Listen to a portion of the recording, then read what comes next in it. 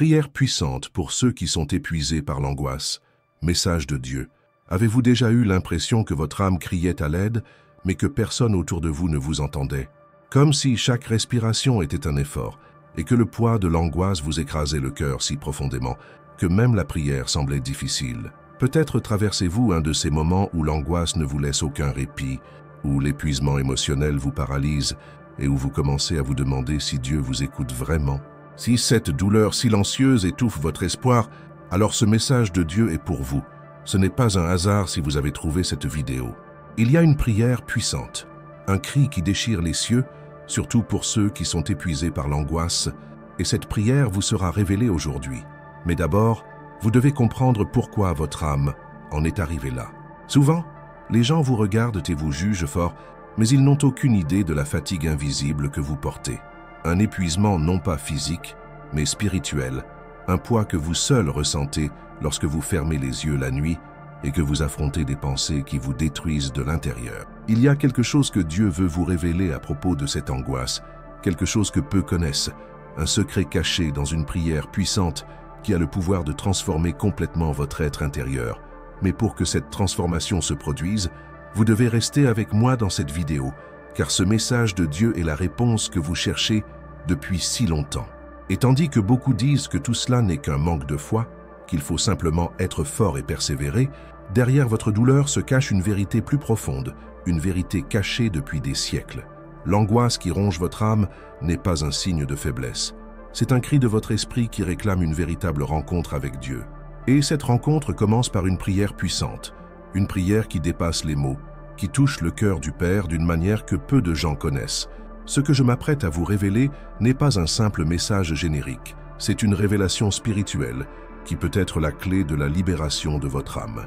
Si vous sentez que vous avez atteint vos limites, si vous êtes fatigué d'essayer d'être fort en permanence, alors respirez profondément et ouvrez votre cœur. Jésus a quelque chose à vous dire, et cette parole vous parlera directement. Mais il est important que vous ne quittiez pas cette vidéo, car dans les prochaines minutes, une révélation importante vous sera donnée, un message de Dieu qui changera votre perspective sur ce que signifie vivre épuisé par l'angoisse. Le soulagement que vous recherchez est plus proche que vous ne le pensez, mais un secret doit être révélé avant que cette puissante prière puisse être prononcée. Vous n'êtes pas seul, Dieu vous a amené ici dans un but précis, et ce message n'est pas parvenu à vos oreilles par hasard. Une parole d'espoir, de guérison et de délivrance vous est préparée. Restez avec moi, car ce que vous allez entendre peut transformer votre vie à jamais. Si ce message vous touche déjà, je vous invite à proclamer votre foi publiquement et avec force. Écrivez dans les commentaires « Seigneur, j'ai besoin de cette prière puissante ». Ce n'est pas un simple commentaire, c'est un acte de foi, une déclaration de votre volonté d'être touché par Dieu. Chaque mot que vous écrivez ici est une semence spirituelle, et je crois que le Seigneur lit chaque cri que vous laissez. Si vous pensez que ce message pourrait toucher davantage de personnes, elles aussi épuisées par l'angoisse, n'hésitez pas à aimer cette vidéo. Le simple fait de cliquer sur « J'aime » pourrait être la façon dont Dieu transmettrait ce message d'espoir à quelqu'un qui est au plus bas. C'est plus qu'un geste numérique, c'est un acte d'évangélisation. Vous pouvez être l'instrument de Dieu, apportant du soulagement à l'âme de quelqu'un par un simple contact. Je vous invite tout particulièrement à vous abonner à cette chaîne. Vous n'êtes pas seul.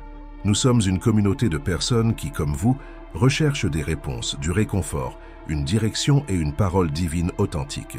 Vous y trouverez des prières et des messages puissants qui vous fortifieront dans les moments les plus difficiles. Rejoignez cette famille, car ici, vous êtes accueillis, vus et surtout aimés. Mais avant de continuer, soyez attentifs. Jésus a révélé quelque chose de très important à propos de cette situation d'épuisement émotionnel, et vous devez l'entendre avant de quitter cette vidéo. Il existe une clé spirituelle, un secret que peu connaissent, qui fera le pont entre votre souffrance et la libération que Dieu a préparée pour vous. Respirez profondément. Laissez-vous imprégner de ce message, car ce qui va vous être révélé pourrait bien être exactement ce que votre cœur réclamait. Vous n'êtes pas ici par hasard. Jésus vous a conduit à ce message et il a rendez-vous avec vous aujourd'hui. Élie était épuisé. Ce n'était pas la fatigue physique, mais un profond épuisement, un poids sur son âme qui lui donnait envie de disparaître. Après une victoire éclatante contre les prophètes de Baal, il fut menacé par Jézabel, et soudain, Tout le feu qui brûlait dans son cœur sembla s'être éteint. Il se réfugia dans le désert, s'assit sous un genévrier et demanda à Dieu de le laisser mourir. « Assez, Seigneur, prends-moi la vie !» Tel était le cri d'un homme épuisé, consumé par une angoisse qui semblait insupportable. Peut-être vous reconnaissez-vous dans ce sentiment. Peut-être vivez-vous précisément ce moment où votre âme est si accablée que même les victoires passées semblent lointaines et sans importance face à la douleur présente. Cet épuisement n'est pas un signe de faiblesse. C'est un cri intérieur qui réclame une reconnexion avec la protection de Dieu. Se sentir épuisé par l'angoisse signifie-t-il que votre foi est faible? Ou y a-t-il quelque chose de bien plus profond dans votre esprit? Élie était un prophète puissamment utilisé par Dieu, et pourtant il a traversé une crise si intense qu'il a voulu tout abandonner. Cela nous montre que la lassitude de l'âme ne choisit pas les gens et frappe souvent les plus dévoués, ceux qui portent des responsabilités spirituelles, émotionnelles et familiales, et ne trouvent aucun repos. Dieu a vu la douleur d'Élie. Dieu voit votre douleur. Dans ce moment d'épuisement total, Dieu ne réprimanda pas sévèrement Élie, ni ne le traita d'ingrat ou de faible. Il envoya un ange le toucher et lui dit « Lève-toi et mange ». La solution divine commença par quelque chose de simple, un geste d'attention, une invitation à la restauration. Cette scène est si profonde qu'elle nous montre que la réponse de Dieu à ceux qui sont épuisés par l'angoisse ne prend pas toujours la forme d'un miracle retentissant, mais commence plutôt par de petites touches d'amour et de soutien. Combien de fois vous êtes-vous senti comme Élie, assis dans un désert émotionnel, demandant à Dieu de mettre fin à votre souffrance? Peut-être êtes-vous venu voir cette vidéo parce que Dieu veut vous toucher comme il a touché Élie. Ce message est peut-être la nourriture spirituelle dont vous avez besoin pour franchir la prochaine étape. La parole nous dit qu'après avoir mangé et bu, Élie marcha 40 jours et 40 nuits jusqu'à l'Horeb, la montagne de Dieu. Cela signifie que la nourriture qui vient du Seigneur non seulement renouvelle vos forces, mais vous donne aussi la force de poursuivre votre chemin vers sa présence. Si ce message vous touche, écrivez dans les commentaires « Seigneur, touche mon âme de ta grâce ». Ce n'est pas un simple commentaire, c'est un acte de foi, un cri spirituel déclarant que vous désirez être touché par le même contact qui a restauré Élie. Ne laissez pas l'ennemi vous réduire au silence. Exprimez-vous dans les commentaires et laissez Dieu agir dans votre vie.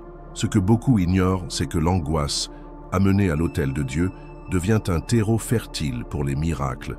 L'épuisement d'Élie fut le point de départ d'une nouvelle intimité avec Dieu. Cette angoisse que vous portez, qui semble vous étouffer, pourrait-elle être le début d'une transformation que Dieu prépare déjà? Le monde essaie de vous convaincre qu'être épuisé est un signe d'échec, mais la parole nous montre que c'est précisément dans ce point de faiblesse que Dieu manifeste sa force. Combien de fois vous êtes-vous demandé si Dieu vous voyait vraiment dans cet état d'épuisement émotionnel? La réponse réside dans l'attitude de Dieu envers Élie. Il n'a pas ignoré le cri du prophète, ni détourné son visage de son épuisement. Dieu s'est penché, a envoyé un ange et a apporté de la nourriture. Cela révèle un principe spirituel puissant. Dieu n'abandonne pas ceux qui sont épuisés par l'angoisse. Il descend au niveau de leur douleur et commence à partir de là la restauration. Mais il y a un détail dans cette histoire que presque personne ne remarque. L'ange toucha Élie une fois. Il mangea et but, puis retourna se coucher. Dieu avait besoin de le toucher à nouveau, d'insister, car l'épuisement de l'âme ne se dissipe pas immédiatement. Souvent, on reçoit une parole, un peu de réconfort, mais la douleur persiste. Cela ne signifie pas que Dieu n'est pas à l'œuvre. Cela signifie que le processus de restauration est en cours et que le Seigneur est prêt à vous toucher autant de fois que nécessaire jusqu'à ce que vous vous releviez complètement renforcé. Vous êtes-vous déjà demandé si vous permettiez à Dieu de vous nourrir, ou si, comme Élie, vous refusiez de vous lever même après avoir été touché? Il y a des moments où le plus grand miracle n'est pas un changement de situation, mais une transformation intérieure. La situation d'Élie ne s'est pas immédiatement résolue. Jézabel le poursuivait toujours. Le désert l'entourait toujours. Mais quelque chose en lui s'est renouvelé lorsqu'il a accepté la sollicitude de Dieu. Respirez profondément. Laissez-vous porter par ce message.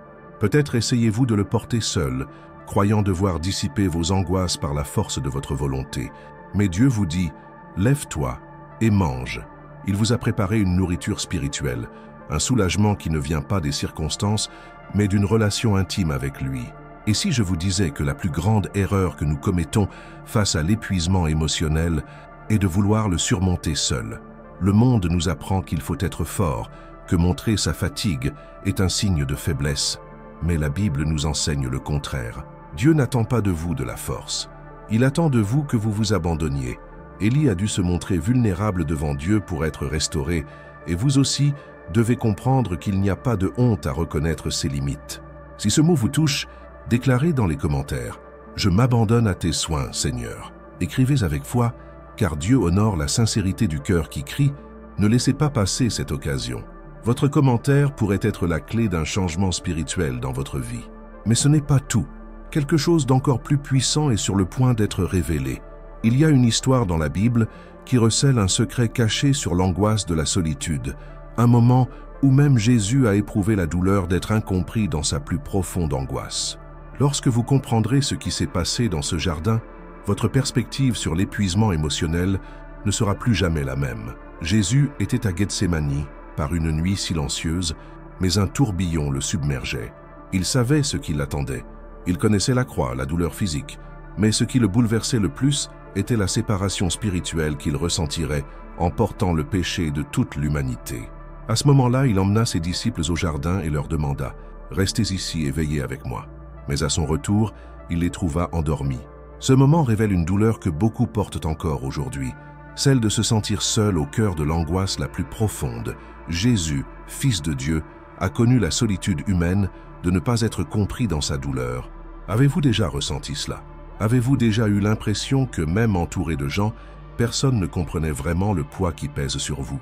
Cette angoisse qui vous étouffe, cette douleur qui semble invisible aux autres, la parole nous révèle que Jésus, prosterné, le visage contre terre, priait « Père, s'il est possible, que cette coupe s'éloigne de moi.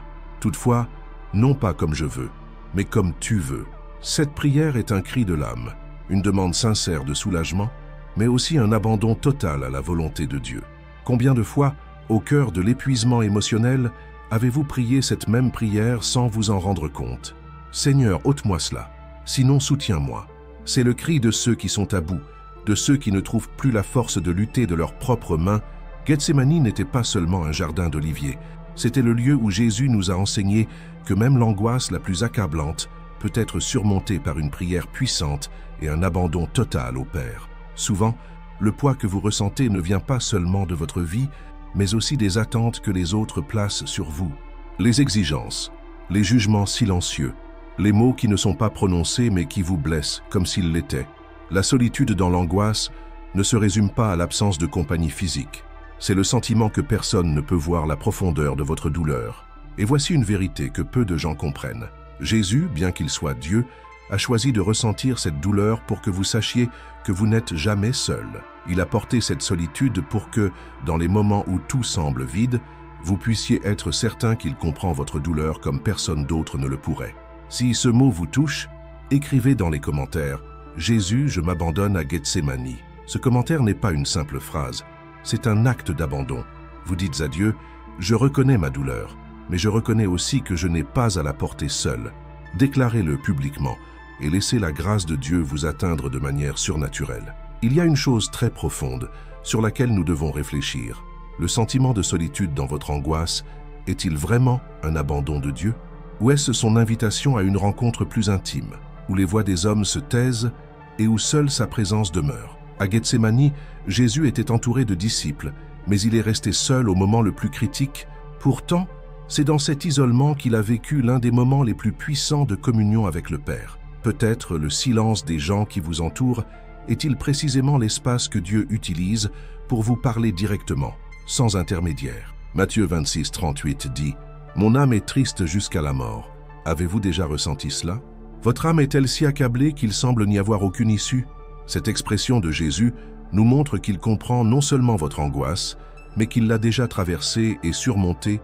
Votre prière puissante l'a soutenue, et c'est par cette même prière que vous trouverez la force de persévérer. Fermez les yeux un instant et imaginez Jésus suant des gouttes de sang, implorant le Père pendant que ses amis dormaient. Imaginez la solitude, le poids, l'angoisse écrasante, et réalisez qu'il a choisi d'affronter tout cela pour que vous n'ayez jamais à porter votre douleur sans l'assurance de sa présence. Chaque larme versée est recueillie par Dieu, chaque soupir las est entendu au ciel. Votre angoisse n'est pas vaine, il y a un but, et Dieu œuvre même lorsque vous ne le voyez pas. Si vous sentez que ce message vous concerne, commentez « Seigneur, fortifie-moi dans mon angoisse ». Ce commentaire est une prière publique, un acte de foi qui active l'action de Dieu dans votre vie. Ne le gardez pas seulement dans votre cœur, proclamez-le avec foi et laissez le ciel agir en votre faveur. Mais attendez, ce qui s'est passé après cette nuit à Gethsémani était encore plus impressionnant. Il existe une clé spirituelle que presque personne ne perçoit. La victoire sur la croix a commencé par l'abandon au jardin. Cela signifie que votre victoire sur l'épuisement émotionnel ne commence pas lorsque les circonstances changent, mais lorsque votre cœur s'abandonne pleinement à la volonté de Dieu. La paix que vous recherchez si désespérément ne viendra pas d'un changement extérieur, mais de la transformation intérieure qui se produit lorsque vous abandonnez votre angoisse entre les mains du Père. Et si je vous disais qu'une promesse divine se cache au cœur de votre solitude, une promesse qui vous assure que même si tout le monde autour de vous échoue, il restera fidèle. La puissante prière de Jésus à Gethsémani ne se limitait pas à endurer ce moment. C'était une déclaration de confiance inébranlable, un abandon total qui a ouvert la voie à la plus grande victoire de l'humanité. Vous pouvez accéder à cette même force par la prière. Quel que soit votre épuisement, Dieu a préparé une nourriture spirituelle qui renouvelle votre âme et fortifie votre esprit. Gethsémani nous enseigne que la solitude dans l'angoisse n'est pas la fin, mais le début d'une profonde transformation. Jésus est sorti de ce jardin fortifié, prêt à affronter la croix, car il s'était totalement abandonné au Père. Et vous? Êtes-vous prêt à transformer votre angoisse en un autel d'abandon où Dieu peut agir puissamment dans votre vie? Le prochain passage de ce message marquera un tournant. Une histoire révèle un secret caché sur la peur de l'avenir, une situation où Dieu a appelé quelqu'un à marcher sans savoir où il allait. Ce que vous allez entendre vous confrontera aux insécurités qui vous paralysent et vous révélera comment la foi obéissante peut briser les chaînes de l'incertitude. Dieu regarda Abraham et dit « Quitte ton pays et ta famille, et va vers le pays que je te montrerai. » Pas d'indication claire, pas de détails sur l'itinéraire, juste un mot, une invitation à tout quitter, en sécurité et dans le confort, et à marcher dans l'incertitude, en ne faisant confiance qu'à la voix de Dieu. Combien de fois avez-vous ressenti ce poids? Le poids de l'inconnu, l'angoisse de ne pas savoir ce qui nous attend, comme si votre âme marchait dans l'obscurité, cherchant des réponses qui n'apparaissent tout simplement pas. La peur de l'avenir n'est pas une simple pensée. Elle se transforme en un épuisement émotionnel qui épuise vos forces, comme si chaque pas était un fardeau invisible sur vos épaules. Ce que peu de gens comprennent, c'est que Dieu ne nous donne pas la carte complète, car il veut que nous apprenions à marcher main dans la main avec lui. Abraham n'a pas reçu de détails, il a reçu une promesse. Et c'est la confiance en cette promesse qui l'a poussé à obéir. Peut-être attendez-vous des réponses avant d'agir, mais Dieu vous appelle, tout comme il a appelé Abraham, à faire confiance avant de comprendre. La vraie foi ne naît pas de la certitude des réponses, mais de l'abandon face à l'incertitude. Vous vous réveillez et la même pensée revient. Et si ça tournait mal? Et si j'échouais? Et si ce n'était pas le bon chemin? Cette anxiété vous prive de votre paix intérieure, vous donnant l'impression d'être seul sur une route sans direction. Mais Dieu ne vous a pas créé pour vivre esclave de l'anxiété. Il vous appelle à un voyage où la prière puissante est la boussole qui guide vos pas, même lorsque vos yeux ne voient pas clair. Abraham nous enseigne que le chemin de la foi n'est pas fait de certitudes humaines, mais d'autels de prière érigés à chaque pas. Il a érigé des autels, non pas une fois arrivé à destination, mais tout au long du chemin. Cela nous montre qu'il n'est pas nécessaire d'attendre que tout soit résolu pour se connecter profondément à Dieu. Votre angoisse d'aujourd'hui peut être l'autel où une prière puissante ouvrira les portes de la direction et de la paix pour votre vie. La peur de l'avenir est un ennemi silencieux qui sape lentement votre espoir. Mais la parole nous montre que la victoire sur l'anxiété ne vient pas de ce que l'on voit, mais de ce que l'on choisit de croire. Abraham a choisi de croire même sans rien voir, et Dieu lui a ouvert la voie en obéissant. Et si je vous disais que l'angoisse que vous ressentez n'est pas un manque de foi, mais le point de départ d'une confiance plus profonde en Dieu? Et voici une chose que peu de gens réalisent. L'attente n'est pas un temps d'inertie, mais de préparation. Le monde vous apprend à détester l'attente, mais Dieu utilise ce temps pour façonner votre cœur. Le processus d'Abraham n'a pas été immédiat, et le vôtre non plus.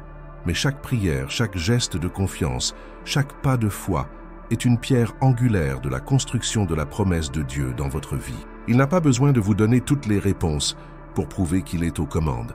Il a juste besoin de votre abandon. Combien de fois vous a-t-on appris à croire qu'il ne fallait agir qu'en ayant une certitude absolue? Mais qu'en est-il si la véritable certitude ne résidait pas dans les circonstances, mais dans la personne de Dieu?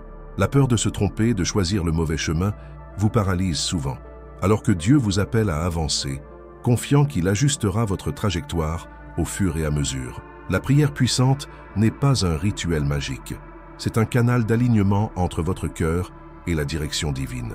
Maintenant, je veux que vous fassiez un acte de foi. Si ce mot vous touche profondément, écrivez dans les commentaires « J'ai confiance en ta direction, Seigneur ». Ce n'est pas un commentaire ordinaire, c'est une déclaration spirituelle d'abandon. En écrivant cela, vous dites au ciel et à votre âme que la peur n'aura plus de prise sur vos pas et que vous choisissez de marcher même sans avoir vu le chemin dans son intégralité. Si ce message vous interpelle, n'hésitez pas à aimer cette vidéo. En likant, vous partagerez ce message auprès d'autres personnes épuisées par l'angoisse de l'avenir. Partagez également cette vidéo avec une personne de votre entourage qui a besoin de ce soutien. Dieu peut vous utiliser pour être un pont d'espoir dans la vie de quelqu'un qui est perdu. Et votre simple geste de partage peut devenir une réponse à une prière dans la vie d'autrui. Mais attendez, il y a un détail dans l'histoire d'Abraham rarement mentionné, et il recèle un profond secret spirituel. Partout où Abraham allait, il construisait un autel au Seigneur. Ces autels étaient plus que des lieux de culte, c'étaient des symboles de confiance. Chaque autel représentait un moment décisif, un moment où Abraham choisissait une fois de plus de faire confiance à Dieu, même sans voir la promesse s'accomplir. Et c'est là la clé. Dieu ne veut pas que vous atteigniez votre destination et que vous fassiez confiance seulement après. Il veut que vous fassiez confiance à chaque étape du chemin. Et si je vous disais que la véritable paix ne viendra pas lorsque vous aurez toutes les réponses, mais lorsque vous apprendrez à construire des autels au milieu de l'incertitude? Une prière puissante transforme chaque pas en un autel de confiance, chaque doute en une occasion de se laisser aller, chaque angoisse en un lieu de rencontre avec Dieu. Mais ce n'est pas tout. Il y a une histoire qui va au-delà de la peur de l'avenir et touche profondément à l'anxiété du présent. Une femme était tellement accablée par ses tâches et ses soucis qu'elle ne percevait pas la présence de Jésus devant elle.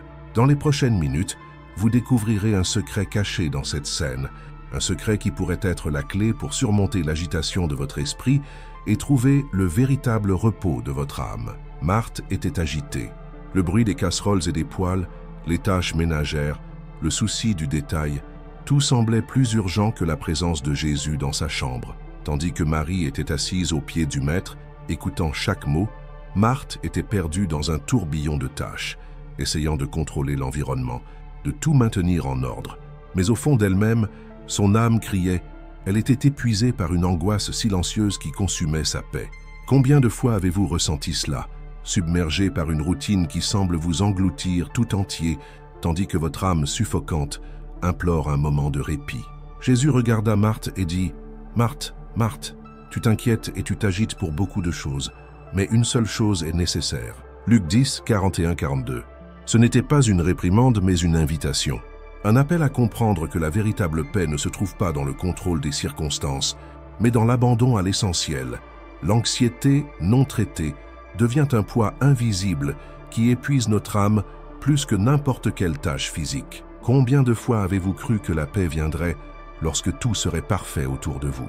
Et si je vous disais que la véritable paix se construit précisément au cœur du chaos? Marthe croyait devoir tout résoudre avant de profiter de la présence de Jésus, mais Jésus lui a montré exactement le contraire. C'est en sa présence que le chaos intérieur s'apaise. L'angoisse qui vous accable, l'épuisement émotionnel qui vous empêche de respirer profondément, ne se résoudront pas avec une simple liste de choses à faire. La seule vraie réponse vient lorsque vous choisissez de vous arrêter, de calmer votre esprit et de vous asseoir aux pieds de Jésus. La prière puissante est le pont qui vous mène de l'inquiétude à la confiance. Marthe n'était ni mauvaise ni infidèle, elle était simplement distraite. Et peut-être que vous aussi, vous n'êtes pas éloigné de Dieu par rébellion, mais parce que les pressions de la vie vous ont éloigné de la simplicité de votre relation avec lui. L'anxiété vous accapare, vous faisant croire que tout dépend de vos propres efforts, alors qu'en réalité, la véritable transformation se produit dans le silence de votre âme devant Dieu. Avez-vous essayé de tout résoudre seul? Avez-vous cherché à contrôler des choses qui ne vous appartenaient pas? L'anxiété est un fardeau que Dieu ne vous a jamais demandé de porter. Il vous appelle à déposer vos soucis à ses pieds. dans la prière, l'abandon, le repos. Marie a choisi la meilleure part, non pas parce qu'elle a ignoré ses responsabilités, mais parce qu'elle a compris la priorité du moment. Et voici un secret que presque personne ne connaît. L'inquiétude de Marthe provenait d'une croyance erronée, celle selon laquelle être utile était plus important qu'être intime. Le monde nous pousse à croire que notre identité réside dans ce que nous produisons. Mais Jésus nous appelle à comprendre que notre identité réside dans ce que nous sommes en lui. Marthe voulait plaire à Jésus par ses œuvres. Marie voulait le connaître intimement. Et ce choix change tout. Peut-être êtes-vous aujourd'hui dépassé, épuisé émotionnellement, persuadé de devoir tout gérer. Mais Jésus vous dit « Arrêtez. Asseyez-vous, écoutez. » La prière puissante n'est pas un luxe pour ceux qui ont du temps libre. C'est une nécessité vitale pour ceux qui comprennent que la vie n'a de sens qu'en communion avec Dieu. Si votre esprit est agité, si votre cœur est angoissé, fermez les yeux et imaginez-vous au pied de Jésus, sentez sa présence vous envelopper, vous apaiser, vous guérir. L'épuisement de l'âme ne se traite pas par un effort supplémentaire, mais par un plus grand abandon. Si ce mot a trouvé sa place dans votre cœur, écrivez dans les commentaires « Je choisis d'être à tes pieds, Jésus ». Ce commentaire est plus qu'une simple phrase, c'est une décision spirituelle, un acte de foi qui rompt avec la logique de l'anxiété et vous connecte à la présence réparatrice de Dieu. En écrivant, vous déclarerez que votre priorité ne sera plus le poids des tâches, mais la légèreté de la communion avec le Christ. Et si je vous disais qu'il existe une douleur encore plus profonde que l'angoisse de Marthe? Une douleur née du silence, du sentiment que Dieu n'entend pas vos prières. Avez-vous déjà eu l'impression d'implorer le ciel, mais que vos paroles semblaient sans effet? Nous allons maintenant plonger dans une histoire d'angoisse et de persévérance, où une femme qui a prié en silence a reçu une réponse qui a tout changé. Préparez-vous, car ce qui suit vous confrontera aux mensonges qui tentent de vous faire croire que Dieu est distant. Anna était à genoux, mais les mots ne sortaient pas.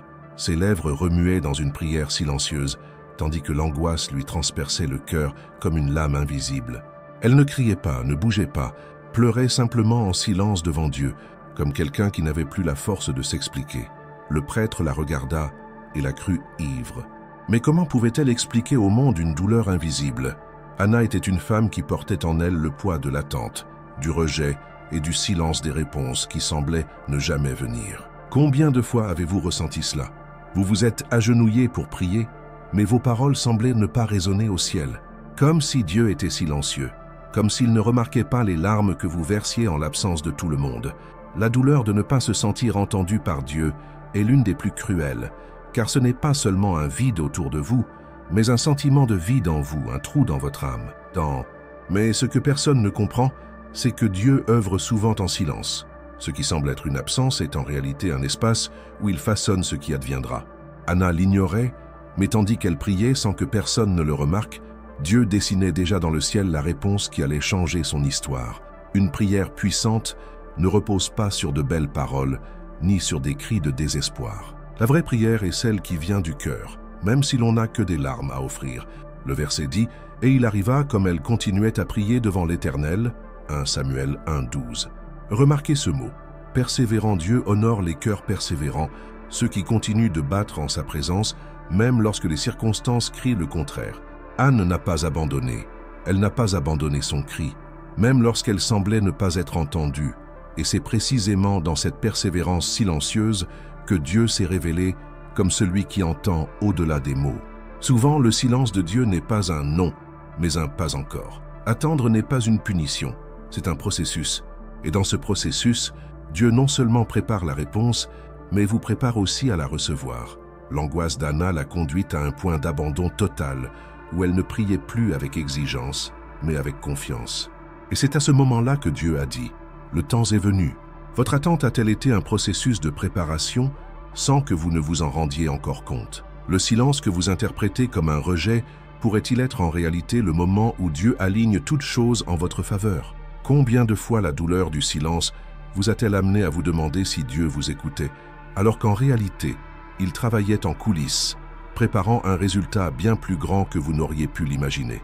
Le fils dont Anne rêvait devint Samuel, l'un des plus grands prophètes d'Israël. Ce qui semblait être une requête sans réponse était en réalité soigneusement formulé par Dieu lui-même. Ne sous-estimez pas le pouvoir de la prière silencieuse. Ce qui compte, ce n'est pas le volume des mots, mais l'intensité de leur prononciation. Avez-vous prié et vous êtes-vous senti ignoré? Avez-vous commencé à croire que Dieu vous a oublié? Laissez-moi vous dire, Dieu n'ignore aucun cri, même ceux que vous exprimez en pensée. Vos larmes lui sont précieuses. Un temps de réponse est prévu pour ceux qui continuent de fléchir les genoux, même sans applaudissements, même sans public, même en silence.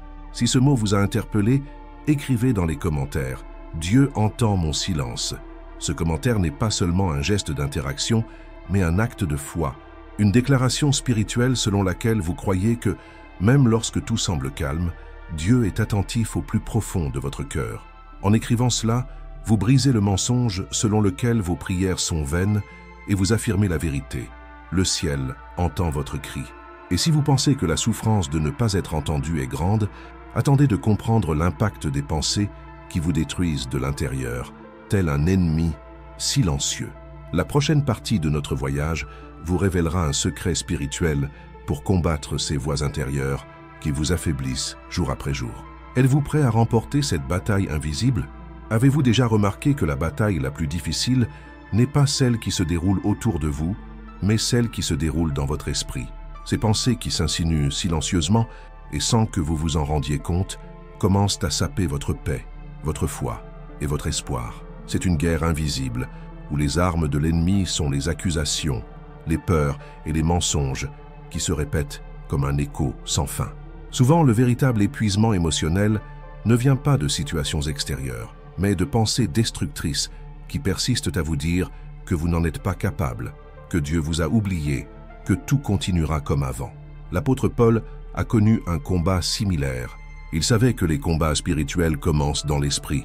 C'est pourquoi il nous a laissé un puissant enseignement en 2 Corinthiens 10:5. Ramenez toute pensée captive à l'obéissance de Christ. Ce mot « qui est captive » est essentiel. Paul nous enseigne que nous ne pouvons pas laisser des pensées errantes dominer notre esprit. Nous devons les capturer, les confronter et les soumettre à la vérité de la parole de Dieu. C'est une arme spirituelle que beaucoup de chrétiens ignorent, et de ce fait, ils vivent dans une angoisse constante. Avez-vous déjà réfléchi à la part de vérité dans les pensées qui vous tourmentent? Ou avez-vous été prisonnier de mensonges, semés dans votre cœur par un traumatisme, une déception, ou même des malédictions que vous avez acceptées comme vraies?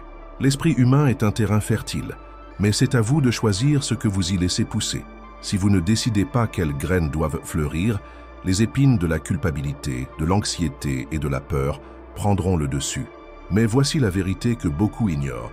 Les pensées ne sont pas des ordres, ce sont des suggestions. Elles ne deviennent réalité que lorsqu'on les accepte comme vérité.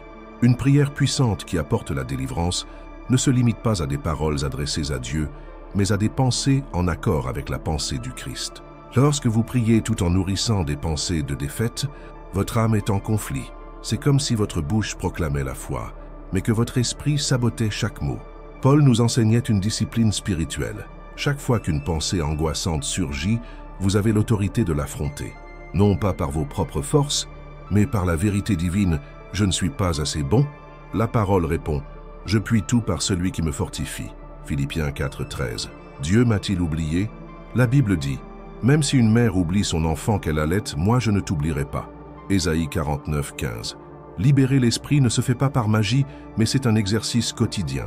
Chaque pensée captée et soumise au Christ est une chaîne qui se brise. Et à chaque chaîne brisée, votre âme respire le soulagement, la paix revient et votre confiance se renforce. Et ne vous y trompez pas, ce combat mental est intense, car l'ennemi sait que s'il domine votre esprit, il peut paralyser votre destinée. Combien de fois vous êtes-vous surpris à nourrir des pensées que vous saviez être des mensonges, mais qui semblaient si réelles à cause de la douleur? Il est temps de cesser d'être prisonnier de pensées qui ne viennent pas de Dieu. Il existe une clé spirituelle pour votre libération, et cette clé est l'obéissance au Christ. Lorsque vos pensées s'alignent sur sa vérité, vous émergez comme quelqu'un qui a surmonté l'angoisse à sa racine. Si ce message vous a touché, commentez « Mon esprit appartient au Christ ». Écrire ceci est plus qu'un simple commentaire, c'est un acte prophétique. C'est déclarer au monde spirituel que vous n'acceptez plus d'être asservi par des pensées d'angoisse, de peur et de mensonges. Exprimez votre décision dans les commentaires et ensemble, nous renforcerons cette chaîne de foi. Mais saviez-vous que même lorsque votre âme réclame le repos, vous cherchez souvent des réponses au mauvais endroit? La prochaine partie de notre voyage vous confrontera à ce que vous cherchiez jusqu'ici et vous montrera qu'il existe une invitation divine au repos, indépendante des circonstances. Ce qui suit peut transformer votre façon de gérer la fatigue de l'âme. Il y a des moments où le corps continue de bouger, mais où l'âme réclame silencieusement le repos.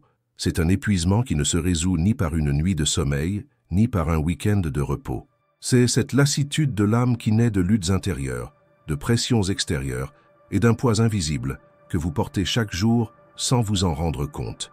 Combien de fois avez-vous tenté de masquer cet épuisement par des sourires, en essayant d'être fort pour tous ceux qui vous entourent, alors qu'au fond de vous, tout ce que vous désiriez, c'était un refuge, un soulagement, un moment de répit. Jésus savait exactement ce qu'était cette angoisse. Au milieu d'une multitude de personnes affligées, il a fait l'une des promesses les plus profondes à ceux qui étaient épuisés. « Venez à moi, vous tous qui êtes fatigués et chargés, et je vous donnerai du repos. » Matthieu 11, 28. Ce n'était pas une invitation religieuse. C'était un appel plein d'amour à des cœurs qui, comme le sien, étaient surchargés et sans force. Il n'a pas dit « Venez à moi, et je changerai immédiatement toutes vos circonstances. » Non, ce que Jésus a promis était bien plus précieux, le repos de l'âme. Cela nous met au défi, car nous cherchons souvent le repos en essayant de contrôler les situations, persuadés qu'une fois que tout sera réglé, nous connaîtrons enfin la paix. Mais Jésus enseigne que la véritable paix ne résulte pas d'une vie sans problème, mais plutôt de sa présence au milieu du chaos. C'est un repos surnaturel qui envahit le cœur même lorsque les circonstances semblent encore difficiles. Imaginez un instant cette femme qui souffrait d'hémorragie depuis 12 ans. Elle a tout dépensé pour trouver un remède auprès des médecins, des traitements et des réponses humaines. Mais c'est en touchant le pan du manteau de Jésus qu'elle a trouvé le repos de son âme, avant même de recevoir la guérison physique. Car le véritable repos commence dans l'esprit. L'angoisse qui la consumait a été dissipée par un simple acte de foi, et Jésus ne l'a pas réprimandée. Au contraire, il lui a dit « Ma fille, ta foi t'a sauvée, va en paix ». Luc 8, 48. Ce mot « paix » ne signifiait pas seulement l'absence de maladie. C'était un repos profond qui transformait votre mode de vie. C'est exactement ce que Dieu veut vous apporter aujourd'hui. Mais la question qui résonne dans votre cœur est « Comment puis-je me reposer en Dieu alors que tout en moi est en guerre ?» La réponse ne réside pas dans l'effort, mais dans l'abandon. Le repos de l'âme ne se gagne pas par l'effort. Il se reçoit comme un don lorsque l'on décide de se libérer des fardeaux qui ne nous ont jamais appartenu. Le secret est de comprendre que se reposer en Dieu ne signifie pas abandonner, mais faire confiance. C'est abandonner ce que l'on ne peut contrôler et choisir de s'accrocher à la certitude que Dieu prend soin de chaque détail, même quand on ne le voit pas. Et voici une vérité puissante. Lorsque l'âme trouve le repos en Dieu, même les problèmes cessent de nous dominer. La paix du Christ ne chasse pas les vents, mais nous apprend à marcher sur l'eau. Beaucoup croient que pour atteindre la paix divine, il faut d'abord corriger ses défauts et devenir digne de ce repos. Mais Jésus n'a jamais conditionné le soulagement de l'âme à la perfection humaine. Il vous appelle tel que vous êtes, épuisé, affligé, accablé, car il sait que c'est seulement en lui que vous trouverez la force que vous recherchez si désespérément, même au mauvais endroit. Et si vous écoutez ce message et que le poids vous semble insupportable, c'est l'occasion de répondre à cette invitation. Ne remettez plus cette rencontre à plus tard. Si vous désirez remettre votre âme fatiguée entre les mains de Jésus, écrivez dans les commentaires « Jésus, j'accepte ton repos ». Cette déclaration n'est pas un simple commentaire, c'est un acte spirituel d'abandon. En écrivant cela, vous dites au ciel, à votre âme et au monde spirituel « Je ne porte plus seul ce fardeau ». Et si ce mot vous parlait, aimez en signe de foi et partagez cette vidéo. Quelqu'un a besoin de recevoir cette invitation au repos aujourd'hui, et la partager pourrait transformer une vie. Mais ce n'est pas tout. Un secret se cache dans la douleur de ceux qui ont le sentiment que Dieu les a oubliés. Et quand vous comprendrez ce que David a découvert dans ces moments où le silence de Dieu semblait insupportable, vous comprendrez que le silence ne signifie pas l'abandon. Ce qui vient ensuite vous confrontera et ravivera votre espoir. Combien de fois vous êtes-vous demandé si Dieu vous avait oublié? Quand l'angoisse vous saisit, quand le silence céleste semble interminable, l'esprit se met à créer des récits dangereux. Dieu m'a-t-il abandonné? N'entend-il pas mon cri? Ce sentiment d'invisibilité spirituelle, de prier sans réponse, est l'une des souffrances les plus profondes de l'âme humaine. Et c'est précisément cette souffrance que David, l'homme selon le cœur de Dieu, a exprimée dans ses psaumes d'angoisse. Imaginez David, le grand roi d'Israël, oint par Dieu, mais qui s'est souvent retrouvé caché dans des grottes, fuyant, se sentant oublié. Dans l'un de ses cris les plus intenses, il écrivit « Jusqu'à quand, Seigneur? M'oublieras-tu à jamais? Jusqu'à quand me cacheras-tu ta face ?» Psaume 13, 1. Cette question de David résonne encore aujourd'hui dans le cœur de ceux qui sont épuisés par l'angoisse. C'est le cri de quelqu'un qui cherche une réponse, mais qui ne trouve que l'écho de sa propre douleur. Mais il y a quelque chose de puissant dans cette histoire qui mérite d'être révélé. David n'a jamais cessé de chercher Dieu, même lorsque tout indiquait son silence. Ce qui semblait être un abandon était en réalité un processus de maturation spirituelle. Dieu ne s'est pas caché pour blesser David, mais pour fortifier sa foi. Pour lui apprendre que sa présence ne dépend ni des émotions ni des circonstances favorables, David a compris que l'absence de réponse ne signifiait pas l'absence d'amour. Et combien de fois avez-vous interprété le silence de Dieu comme de l'indifférence? Croyez-vous vraiment que Dieu vous a oublié ou vous apprend-il à entendre sa voix plus profondément? Beaucoup pensent que Dieu ne parle que lorsque des miracles se produisent, mais il murmure au milieu du silence, il parle dans l'attente, il façonne les cœurs dans le creuset de la patience. Rappelons que l'angoisse de David ne marquait pas la fin de son histoire. Après avoir exprimé toute sa douleur, David conclut le psaume 13 par une puissante déclaration de foi. « Mais je me confie en ta bonté, mon cœur se réjouit de ton salut. » Psaume 13, 5. David a choisi de faire confiance, même sans la ressentir. Il a choisi de louer Dieu, même sans comprendre ses voix. Et c'est cette décision qui transforme le silence en adoration. Et vous? Comment avez-vous réagi lorsque vous aviez l'impression que Dieu ne vous écoutait pas? Votre foi dépend-elle des circonstances? Ou êtes-vous prêt à faire confiance même lorsque le ciel semble silencieux? Il existe une maturité spirituelle qui naît seulement au cœur de l'angoisse. La véritable confiance ne naît pas quand tout va bien, mais quand on choisit de croire même quand on ne le voit pas. Dieu n'a jamais promis que vous comprendriez toutes ses voies, mais plutôt qu'il ne vous abandonnerait jamais. Même lorsque vos yeux ne le voient pas, il œuvre en coulisses dans votre histoire. Et il y a des moments où Dieu permet le silence, non pas pour vous punir, mais pour vous préparer à quelque chose que vos yeux ne sont pas encore prêts à contempler. Et voici la vérité qui doit être gravée dans votre cœur. Dieu ne vous a jamais oublié. Avant même que vous ressentiez la douleur, il a déjà le remède. Avant même que vous ne versiez une larme, il l'a déjà recueillie dans ses mains. Et chaque prière que vous avez faite, chaque cri silencieux qui s'est élevé du plus profond de votre âme a été entendu et se tient devant son trône. Si ce message vous a profondément touché, écrivez dans les commentaires « Seigneur, je choisis de faire confiance, même en silence ». Faites de cette déclaration un acte de foi, un signe que vous ne vous laissez pas dominer par les mensonges de l'angoisse, mais que vous choisissez de rester ferme dans les promesses du Seigneur. Mais ne croyez pas que ce soit tout. Beaucoup portent un poids invisible qui les empêche de se détacher du passé, la culpabilité. Vous découvrirez ensuite comment l'amour de Jésus a restauré Pierre, même après sa pire chute.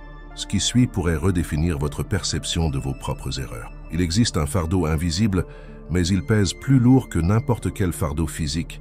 C'est le poids invisible de la culpabilité, cette voix silencieuse qui murmure à votre cœur « Tu as échoué? Tu n'en es pas digne.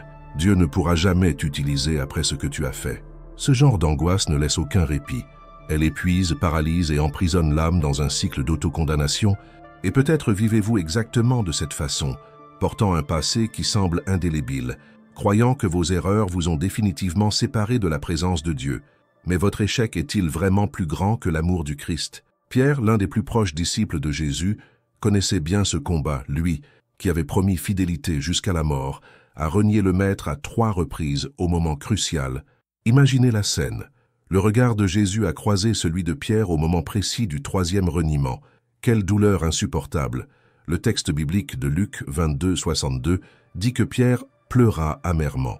Ce n'étaient pas des larmes ordinaires, c'étaient des larmes de honte, de frustration et d'un repentir si profond qu'il l'a complètement épuisé. L'homme qui marchait sur l'eau, qui voyait des miracles, était désormais écrasé par le poids de sa propre culpabilité. Combien d'entre nous se sont retrouvés dans cette situation? Peut-être avez-vous renié Jésus, non pas en parole, mais en acte. Peut-être vos erreurs passées résonnent-elles quotidiennement dans votre esprit, vous faisant croire que vous ne méritez pas de recommencer. Mais voici ce qui peut complètement changer votre perception de la douleur. L'échec de Pierre n'a pas marqué la fin de votre histoire. Au contraire, il a marqué le début de la plus grande vocation de votre vie. Après la résurrection, Jésus alla trouver Pierre.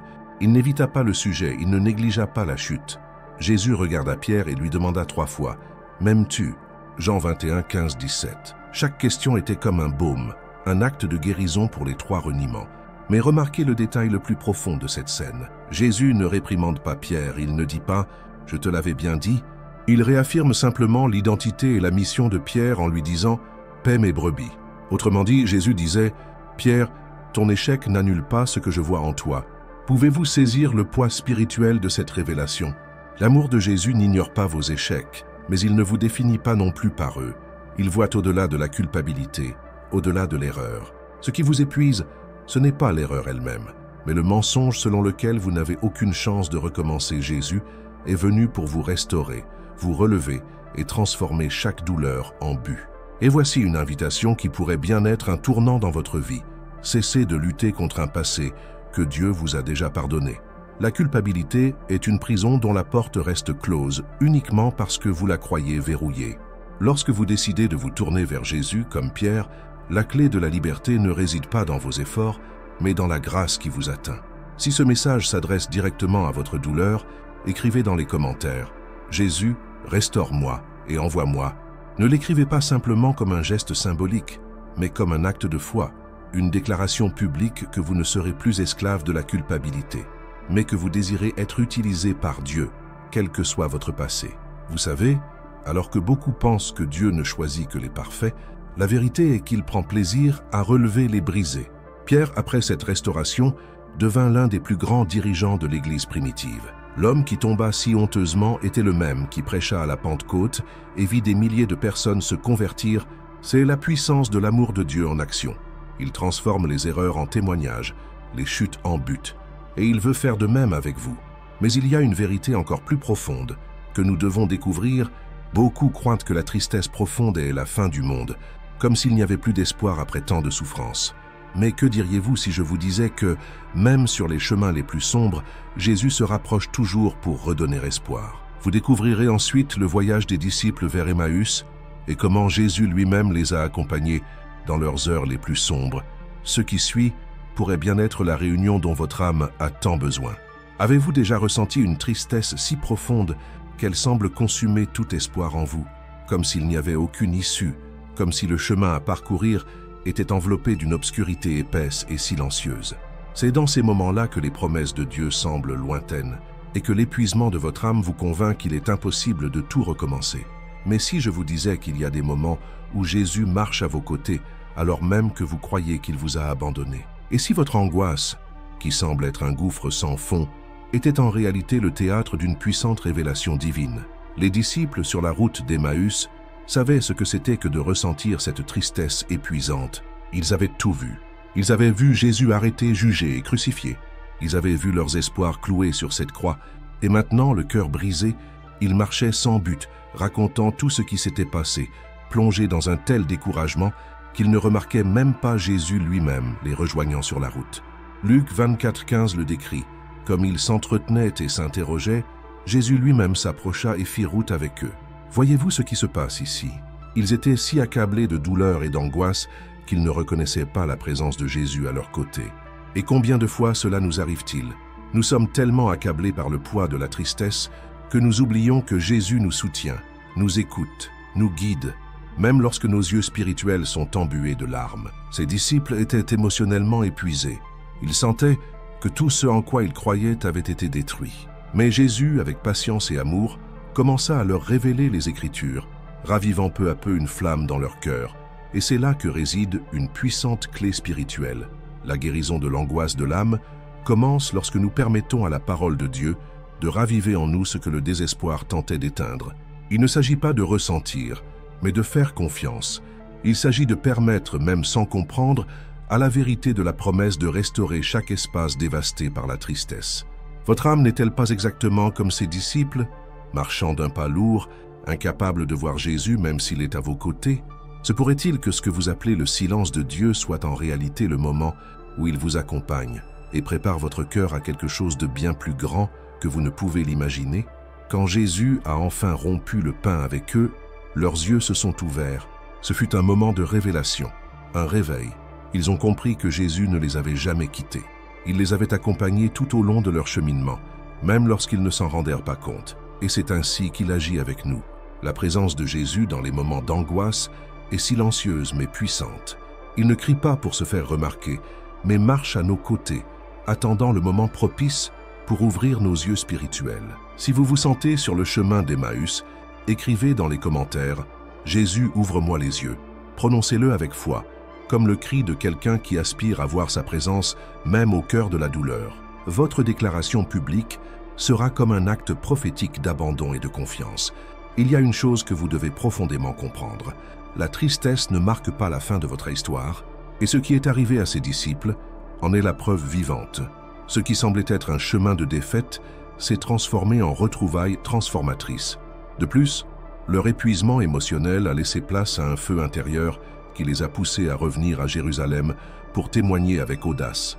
Cela signifie que la douleur qui vous accable aujourd'hui peut être le fondement d'un témoignage puissant qui aura un impact sur d'autres vies. Mais beaucoup croient à un mensonge. Dieu est silencieux parce qu'il est indifférent. Est-ce vraiment vrai? Ou bien son silence est-il en réalité une invitation à se rapprocher de lui? Une profonde angoisse peut être un terreau fertile pour la plus grande expérience de votre vie avec Dieu. C'est dans cet environnement de dépendance totale qu'il révèle son cœur le plus intensément. Le problème est que beaucoup pensent que la présence de Dieu ne se manifeste que par de grandes manifestations, mais la Bible nous montre qu'il agit aussi dans la simplicité de la fraction du pain, dans un dialogue sincère, dans une démarche pénible. Ne méprisez pas les petites rencontres, car c'est dans ces moments que votre âme trouve le véritable réconfort. Et voici le plus difficile. Croyez-vous vraiment que Dieu vous a oublié simplement parce que la réponse n'est pas encore arrivée? Ou vous apprend-il à comprendre que sa présence est suffisante, même lorsque les circonstances extérieures ne changent pas? Votre plus grande libération émotionnelle ne vient peut-être pas de ce que vous attendez de Dieu, mais de la révélation qu'il est déjà avec vous, vous soutenant à chaque pas, même lorsque vous ne le sentez pas. Ce moment ne s'arrête pas là. Ce qui vient ensuite vous mettra encore plus au défi, car nous aborderons une douleur silencieuse qui emprisonne beaucoup, le fardeau invisible de la culpabilité. Mais ce qui est arrivé à Pierre après sa plus grande chute prouve que la grâce de Jésus a toujours le dernier mot. La prochaine étape de notre cheminement pourrait bien être la clé de votre guérison.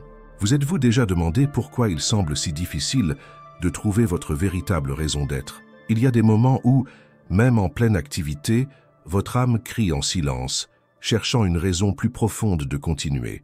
L'épuisement professionnel n'est pas seulement physique ou émotionnel, il est spirituel. C'est comme être dans un désert, où les jours passent et où tout semble aride, sans vie et sans but. Et c'est précisément dans ce contexte d'incertitude que Dieu aime révéler ses plus grands appels. L'histoire de Moïse illustre parfaitement cette inquiétude que beaucoup ressentent aujourd'hui. Moïse avait grandi dans le palais d'Égypte, mais après avoir commis une grave erreur, il s'enfuit dans le désert où il passa 40 ans, loin de tout ce qu'il connaissait. Imaginez l'état d'esprit de Moïse à cette époque, un homme chargé du poids d'un passé rongé par la culpabilité, vivant une vie simple, gardant des moutons, tandis que son cœur aspirait à quelque chose de plus. Il savait qu'il était créé pour quelque chose de plus grand, mais la vie semblait lui avoir donné un nom catégorique. Combien d'entre nous ressentons cela? Nous savons qu'il y a un but. Nous nous sentons appelés à quelque chose de plus, mais les circonstances nous enferment dans un cycle d'attente et de doute. C'est dans ce scénario d'épuisement silencieux que Dieu se manifeste. Dans Exode 3:4, Dieu appelle Moïse du milieu du buisson ardent. L'Éternel vit qu'il s'était détourné pour voir Dieu, l'appela du milieu du buisson et dit « Moïse, Moïse !» Il répondit « Me voici !» Cette phrase « Me voici !» est plus qu'une réponse. C'est le cri de l'âme de quelqu'un qui a attendu, s'est interrogé et au milieu du désert, a décidé d'être disponible, même sans comprendre ce que Dieu allait faire ensuite. Avez-vous déjà remarqué que le dessein de Dieu se révèle souvent dans les moments où nous nous sentons le plus oubliés? C'est comme si le ciel était silencieux, et soudain une petite flamme apparaît, attirant votre attention. Et cette flamme, qui semble simple, est la présence de Dieu qui dit « Je ne t'ai jamais oublié, je t'ai préparé ». Le désert n'était pas la punition de Moïse, c'était le laboratoire où Dieu a façonné un libérateur. Si vous vivez ce moment d'incertitude, laissez un commentaire. « Me voici, Seigneur ». Déclarez cela comme un acte de foi. Montrez au ciel et au monde spirituel que même fatigué, vous choisissez d'être disponible pour le dessein de Dieu pour votre vie. Et il y a une chose que vous devez affronter aujourd'hui. Qui vous a dit que votre temps était compté? Qui vous a convaincu que votre attente signifiait que Dieu vous avait laissé de côté? Souvent, nous acceptons ces mensonges parce que nous ne regardons que les circonstances visibles. Mais Dieu œuvre en coulisses. Et le désert fait partie du processus et non de la fin du voyage. Ce que Moïse ignorait, c'est que Dieu avait déjà tout préparé. Le cri du peuple d'Israël était parvenu jusqu'au trône de Dieu, et Moïse était la réponse, sans même s'en rendre compte. Son épuisement, son sentiment d'inutilité n'était pas tout à fait vrai. Et c'est pourquoi ce message s'adresse à vous.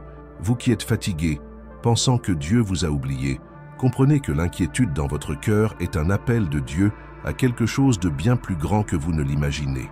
Et voici une question qui va ébranler vos convictions. La frustration que vous ressentez pourrait-elle simplement indiquer que vous cherchez un sens à des choses qui n'étaient pas faites pour vous? Moïse a dû être retiré du palais pour comprendre que sa mission n'était pas de régner en Égypte, mais de libérer le peuple de Dieu. Parfois, Dieu nous retire de ce qui semble être un cadre idéal pour nous placer là où il peut pleinement nous utiliser. Le processus est douloureux, certes, mais il est libérateur. Et ce n'est pas tout, Moïse. Même avant le buisson tentait encore de résister. Il présenta ses insécurités à Dieu. Qui suis-je pour aller vers Pharaon? Mais Dieu ne s'intéresse ni à vos peurs, ni à vos limites. Il s'intéresse à votre « me voici ». Dieu connaissait toutes les limites de Moïse, et pourtant il l'a choisi. Cela prouve que votre but ne dépend pas de vos capacités, mais de la présence de Dieu dans votre vie. Avez-vous déjà remarqué combien de personnes abandonnent à mi-chemin, croyant devoir être prêtes à 100% avant de répondre à l'appel? Et si je vous disais que votre vulnérabilité pourrait être la raison même pour laquelle Dieu veut vous utiliser? Le monde vous apprend à cacher vos faiblesses, mais Dieu les utilise comme une vitrine pour sa gloire. Si ce mot vous interpelle, cliquez sur « J'aime » et partagez-le avec quelqu'un qui est lui aussi fatigué d'attendre un but. Votre « J'aime » pourrait être l'instrument que Dieu utilisera pour atteindre une vie au bord de l'abandon. Et savez-vous ce qui est encore plus incroyable? Moïse, un homme perdu dans le désert de ses émotions, est devenu la voix qui a libéré tout un peuple. Cela signifie que votre chagrin, s'il est confié à Dieu, peut transformer non seulement votre vie, mais celle de beaucoup d'autres. Votre histoire d'épuisement professionnel ne se termine pas par une frustration. C'est le début d'un parcours d'impact et de transformation. Mais il y a quelque chose d'encore plus profond dont nous devons discuter. Beaucoup pensent que l'absence de grands signes est un signe de l'absence de Dieu. Mais la vérité est que Dieu œuvre dans les détails, dans les rencontres simples, dans les réponses qui surgissent lorsque vous gardez les brebis du désert, et votre buisson ardent peut être un moment ordinaire de votre journée que Dieu décidera de transformer en appel. Êtes-vous prêt à reconnaître sa voix? Si vous pensez que ce message vous est destiné, écrivez dans les commentaires « Je choisis de faire confiance ». Exprimez cela comme un acte d'abandon, même si votre esprit tente de vous convaincre du contraire. Votre commentaire sera un signe de foi et d'abandon. Et ce qui vient ensuite vous affectera encore plus. Nous parlerons d'une douleur silencieuse qui touche même ceux qui cherchent Dieu sincèrement. L'esprit ne trouve pas le repos, même la nuit. Et ce que la parole révèle à ce sujet pourrait bien être la clé pour enfin trouver un sommeil paisible. Préparez-vous à une épreuve que peu de gens ont le courage d'affronter. La nuit tombe, et avec elle, une agitation silencieuse envahit votre esprit. Votre corps est fatigué, mais vos pensées ne s'arrêtent pas. Vous êtes allongé dans votre lit, mais votre esprit semble courir un marathon sans fin. Votre cœur s'emballe sans raison apparente. L'anxiété vous envahit et le sommeil devient un luxe lointain. Combien de fois avez-vous vécu cela? Cette bataille invisible où les soucis envahissent les premières heures du matin, vous dérobant votre paix intérieure, vous vidant de votre âme. Vous n'êtes pas seul. C'est l'une des attaques les plus subtiles et les plus dévastatrices contre ceux qui désirent se rapprocher de Dieu. Et la parole révèle quelque chose de puissant à ce sujet. Le psaume 127:2 dit « C'est en vain qu'on se lève tôt, qu'on travaille tard et qu'on mange le pain de douleur, car c'est ainsi qu'il donne le sommeil à ses bien-aimés. » Remarquez que Dieu ne réprimande pas l'effort, mais met en garde contre l'effort né de l'anxiété, d'une tentative de contrôler ce qui échappe à notre contrôle. Le pain de douleur est une métaphore de la nourriture de l'inquiétude que beaucoup mâchent nuit après nuit, oubliant que le sommeil est un don, un héritage de ceux qui ont confiance. Vous êtes-vous déjà demandé pourquoi c'est précisément la nuit que surgissent les pensées les plus lourdes? Le jour, les activités et les distractions étouffent la voix de l'angoisse, mais dans le silence de l'aube, l'esprit devient un champ de bataille. Et c'est précisément là que l'ennemi aime agir, essayant de vous convaincre que vous êtes seul face à vos peurs et à vos dilemmes. Mais la vérité est tout autre. Dieu est présent et il désire vous donner le repos, pas seulement physique, mais un repos qui apaise votre âme épuisée. Si vous sentez que vous avez besoin de cette paix pendant la nuit, écrivez dans les commentaires « Seigneur, je reçois ton repos ». Que cet acte de foi soit votre prière déclarée publiquement. Et il y a une chose que vous devez comprendre. Le sommeil n'est pas seulement une fonction biologique, c'est un symbole spirituel de confiance. Quand vous dormez, vous dites « Seigneur, pendant que je me repose, tu gardes le contrôle ». Mais quand le sommeil ne vient pas, c'est souvent parce que nous essayons inconsciemment de lui arracher le contrôle. C'est une lutte silencieuse pour faire confiance ou continuer seul. L'histoire de Jésus dans la barque avec ses disciples pendant la tempête illustre parfaitement ce combat intérieur. Alors que les vagues menaçaient de faire chavirer la barque, les disciples étaient désespérés. Mais Jésus dormait. Oui, au milieu du chaos, il se reposait. Non pas parce qu'il ignorait la tempête, mais parce qu'il savait que la situation n'était pas entre les mains des humains. Cela nous enseigne que le repos ne vient pas lorsque les circonstances s'apaisent, mais lorsque notre cœur apprend à faire confiance, même au milieu des vagues. Combien de fois avez-vous cru que vous ne trouveriez la paix qu'une fois tous vos problèmes résolus? Mais que diriez-vous si je vous disais que cette attente est un piège? Car il y aura toujours matière à s'inquiéter. Le secret n'est pas la fin des luttes extérieures, mais la victoire sur les tempêtes intérieures. Le sommeil du bien-aimé du Seigneur est un repos au milieu des combats, et non leur absence. Si ce mot vous touche, arrêtez tout un instant, respirez profondément. Fermez les yeux et imaginez Jésus dire à votre cœur « Je suis là, fais-moi confiance ». Si vous croyez que ce mot est pour vous, écrivez dans les commentaires « Je choisis de me reposer en toi, Seigneur ». Et il y a quelque chose d'encore plus profond. Beaucoup pensent que l'insomnie n'est qu'un problème physique ou émotionnel, mais dans bien des cas, il s'agit d'un combat spirituel. L'ennemi sait qu'un cœur fatigué et un esprit épuisé sont des cibles faciles pour le doute, la peur et le découragement. C'est pourquoi Dieu insiste sur le fait que le sommeil est un don, une arme spirituelle de renouveau. Et si vous pensez que Dieu ne se soucie pas de vos nuits blanches, rappelez-vous qu'il veille sur vous. Le psaume 121:4 dit « Celui qui garde Israël ne sommeillera ni ne dormira. Pendant que vous vous reposez, il œuvre. Mais si vous persistez à rester éveillé, essayant de tout résoudre par vos propres forces, vous occupez une place qui a déjà un propriétaire. » Maintenant, je vous pose la question. Votre insomnie est-elle vraiment un problème routinier ou le symptôme d'une âme qui n'a pas encore complètement abandonné ses fardeaux? Souvent, la solution ne réside pas dans une énième technique de relaxation, mais dans un profond acte d'abandon spirituel. Si ce mot vous a touché, déclarez dans les commentaires « Seigneur, je renonce à tout ».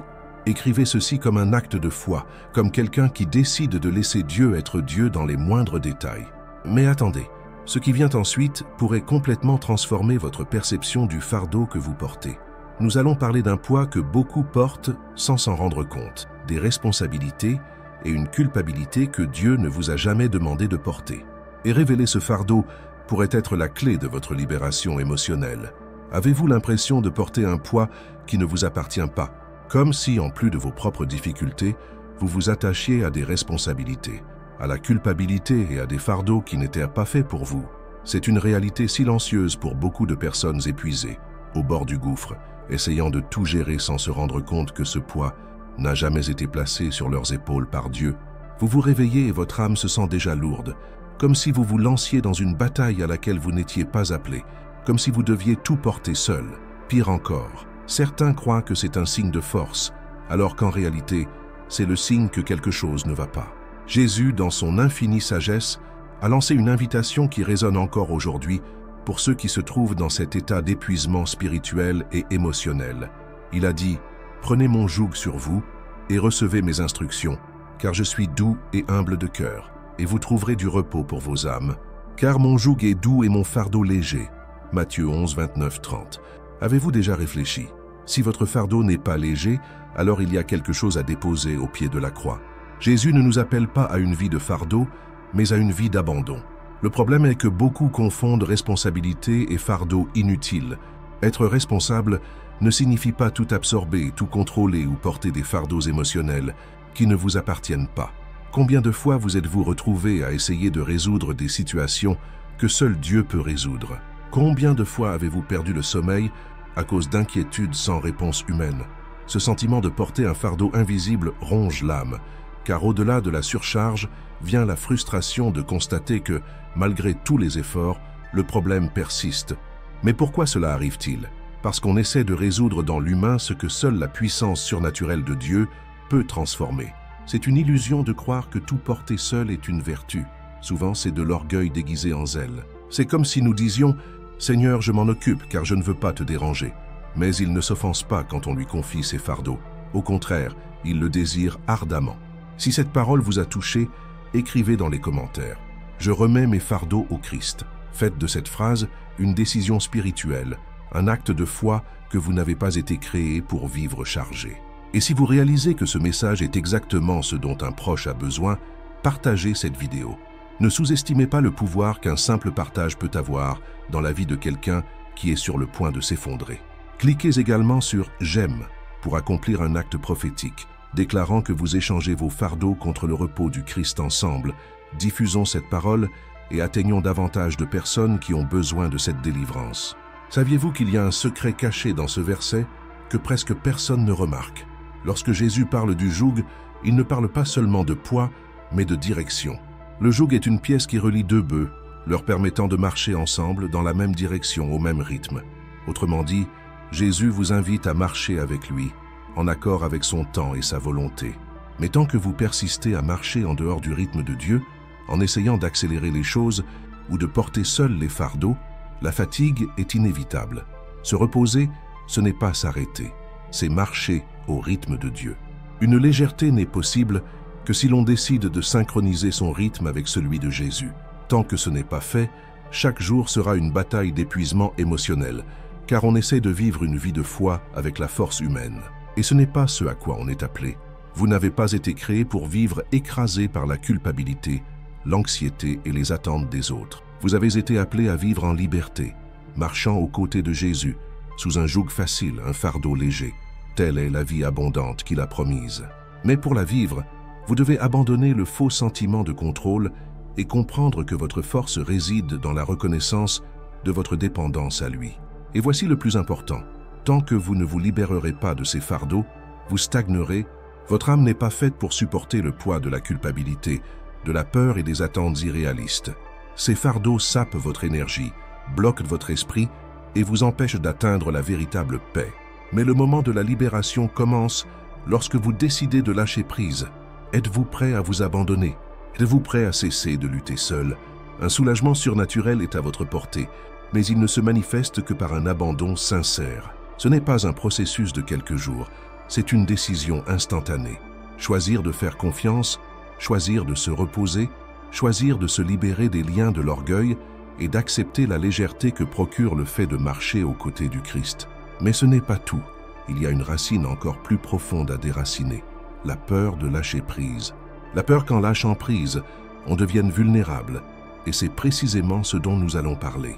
Préparez-vous, car la révélation qui va bientôt être faite transformera complètement votre regard sur la peur qui vous paralyse. Combien de fois avez-vous été confronté à une opportunité, mais la peur vous a paralysé? Cette peur invisible qui ne crie pas mais murmure, vous disant que vous n'êtes pas capable, que vous échouerez, que ça ne sert à rien d'essayer. Ce sentiment est une prison émotionnelle qui épuise vos forces, car chaque pas que vous tentez de faire est entravé par des pensées d'insécurité. C'est comme si vous étiez en plein combat intérieur où votre esprit veut avancer, mais votre cœur est enchaîné par la peur. Et pire encore, plus vous essayez de surmonter par vos propres forces, plus vous vous sentez épuisé, vidé, comme si vous luttiez seul. Mais Dieu ne vous a pas appelé à vivre paralysé. Josué a vécu exactement cette tension. Après la mort de Moïse, il a été appelé à conduire le peuple vers la terre promise. Imaginez la pression, remplacer un chef de premier plan, diriger une nation entière et affronter des ennemis qui semblaient invincibles. La peur aurait pu le paralyser, mais Dieu lui a donné une parole qui n'était pas seulement un encouragement, mais une promesse de présence constante. N'aie pas peur et ne sois pas effrayé, car l'Éternel, ton Dieu, est avec toi dans tout ce que tu entreprendras. Josué 1:9. Ce n'est pas une phrase motivante. C'est une vérité éternelle qui traverse les générations La peur paralysante est surmontée par la certitude que Dieu marche à vos côtés. La question est, croyez-vous vraiment que Dieu est avec vous? Ou croyez-vous encore, au fond de vous, que vous dépendez de vos propres forces pour remporter des victoires? Souvent, la peur qui nous paralyse n'est pas un manque de foi en Dieu, mais un excès de confiance en nous-mêmes. La peur surgit lorsque nous considérons l'énormité du défi et oublions qui est à nos côtés. Josué devait comprendre que la victoire ne viendrait pas de sa stratégie, mais de l'obéissance et de la présence de Dieu. Il aurait pu être le leader le mieux préparé du monde, mais sans la présence de Dieu, il ne serait qu'un homme confronté à des murs insurmontables, et c'est la réalité que vivent beaucoup. Ils tentent d'abattre des murs seuls, sans se rendre compte que ce qui paralyse n'est pas le mur lui-même, mais le manque de confiance en Dieu qui abat les murs. Si ce mot vous parle directement, écrivez dans les commentaires « Mon courage vient de Dieu ». Déclarez-le à voix haute et par écrit, car votre déclaration de foi a le pouvoir de briser cette chaîne émotionnelle qui vous bloque. La peur qui paralyse vos pas n'est pas plus forte que les promesses de Dieu pour votre vie. Vous n'avez pas été créé pour vivre caché, limité, étouffé par le doute. Dieu vous a formé pour marcher avec détermination, audace, et avec la confiance qu'il ne vous abandonnera pas en chemin. Et voici un secret que peu de gens connaissent. Le courage n'est pas l'absence de peur, c'est une décision. Dieu n'a pas attendu que Josué se sente courageux pour l'utiliser. Il a dit « Sois fort et courageux ». C'est un commandement, pas une suggestion, car le courage naît de l'obéissance. C'est lorsque vous décidez de faire le premier pas, même en tremblant, même dans l'incertitude, que Dieu manifeste sa force en vous. Connaissez-vous l'erreur qui vous paralyse? Attendre de trouver le courage. Vous attendez qu'un sentiment surgisse, mais Dieu attend votre décision. Et ce renversement a épuisé beaucoup d'entre nous, accablés par l'angoisse, car l'âme réclame une issue, mais le corps est bloqué, attendant une émotion qui ne vient jamais. Le courage qui libère naît de l'obéissance. Maintenant, réfléchissez. Combien d'opportunités avez-vous manqué en attendant que la peur passe? Combien de portes Dieu a-t-il ouvertes, mais que vous avez hésité à franchir? Et si je vous disais que le plus grand mur à surmonter n'est pas devant vous, mais à l'intérieur? Le mur de la peur qui vous a convaincu de votre incapacité, mais Dieu ne vous a pas appelé à être esclave de ce sentiment. Josué a dû affronter l'impossible. Les murs de Jéricho ne sont pas tombés parce qu'il avait une armée puissante, mais parce qu'il a obéi à des instructions qui semblaient illogiques, contourner les murs. Cela n'avait aucun sens stratégique. Mais lorsque nous obéissons sans comprendre, Dieu agit au-delà de ce que nous pouvons imaginer. Et voici la vérité à laquelle beaucoup seront confrontés. Vous n'avez pas besoin de comprendre le plan de Dieu pour obéir. Votre responsabilité est de franchir le pas. La libération de la peur ne s'obtient pas lorsque tout est clair, mais lorsque vous choisissez de faire confiance, même dans l'obscurité, et cette décision apporte un profond repos, car vous lâchez prise et laissez Dieu prendre le dessus. Mais il y a quelque chose d'encore plus profond que nous devons découvrir. Il existe un schéma invisible qui alimente la peur de beaucoup, la comparaison. Avez-vous déjà remarqué à quel point la peur d'avancer augmente lorsque vous vous comparez aux autres, lorsque vous regardez le parcours de quelqu'un d'autre et vous sentez inférieur? Cette comparaison vous épuise, vous diminue et vous enferme dans une zone de confort qui, en réalité, est une prison déguisée. Dieu ne vous a pas appelé à courir la course de quelqu'un d'autre. Votre mission est unique et votre rythme est guidé par le Saint-Esprit. Et ce qui vient ensuite pourrait complètement transformer votre vision de la puissance de Dieu face à l'insécurité. Préparez-vous, car nous allons maintenant parler de l'attente apparemment interminable et du poids de l'attente de réponses qui ne viennent jamais. Mais croyez-moi, ce silence cache un but. Attendre une promesse peut être l'une des plus grandes épreuves de foi auxquelles chacun soit confronté. Et cette attente, lorsqu'elle se prolonge, a le pouvoir d'épuiser l'âme et de nous amener à nous demander si Dieu nous a vraiment entendus. Avez-vous déjà ressenti cela? Comme si chaque jour sans réponse était une attaque silencieuse contre votre espoir. C'est exactement le scénario qu'ont vécu Abraham et Sarah. Dieu leur avait promis un fils, une descendance infinie, mais la réalité a prouvé le contraire. Avec l'âge, Sarah est restée stérile, et les années ont passé comme si elle se moquait des paroles du Seigneur. Le silence du ciel semblait insupportable. Mais le retard de Dieu est-il synonyme d'oubli? Ou nous enseigne-t-il quelque chose de bien plus profond en cette période d'attente? Abraham a dû apprendre à gérer l'angoisse de contempler les étoiles et de se souvenir d'une promesse qui, aux yeux des humains, semblait déjà impossible. Romains 4, 20-21 dit « Il ne douta point, par incrédulité, au sujet de la promesse de Dieu. Mais il fut fortifié par la foi, donnant gloire à Dieu, pleinement convaincu qu'il pouvait accomplir ce qu'il promet. C'est là que réside le secret. L'attente n'était pas une punition, c'était un processus de renforcement spirituel. Abraham a dû croire contre toute évidence. Sarah a dû comprendre que Dieu ne dépend pas de la logique humaine pour agir. Êtes-vous dans la même situation, où tout autour de vous vous dit que c'est impossible, mais où Dieu veut vous apprendre à lui faire confiance plutôt qu'à vos circonstances? Beaucoup croient que le temps guérit tout, mais est-ce vraiment le cas? Ou bien, sans la présence de Dieu, le temps ne fait-il qu'aggraver les blessures de l'âme? Combien de promesses avez-vous mises de côté parce que vous avez préféré faire confiance à l'horloge plutôt qu'à la fidélité du Seigneur? La vérité, c'est que Dieu n'est jamais en retard. Ce qu'il a promis, il l'accomplira. Mais son timing ne dépend pas de notre hâte.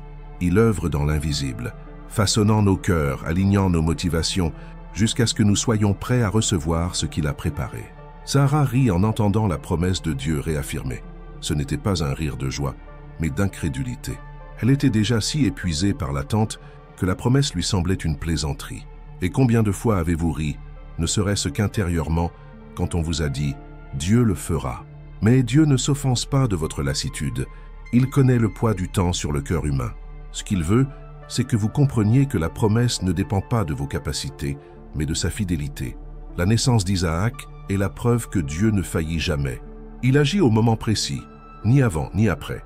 Et si votre attente, au lieu d'être une punition, était l'étape où Dieu prépare le miracle, votre découragement actuel vous empêcherait-il de voir la grandeur de ce que Dieu vous réserve? Attendre des réponses peut être angoissant, mais c'est aussi le fondement de la vraie foi. Vous pouvez choisir de considérer ce retard comme un fardeau ou comme une occasion de vous fortifier. Abraham a choisi de faire confiance, même sans voir, et c'est cette foi qu'il a transformé en père d'une nation. Maintenant, regardez votre vie.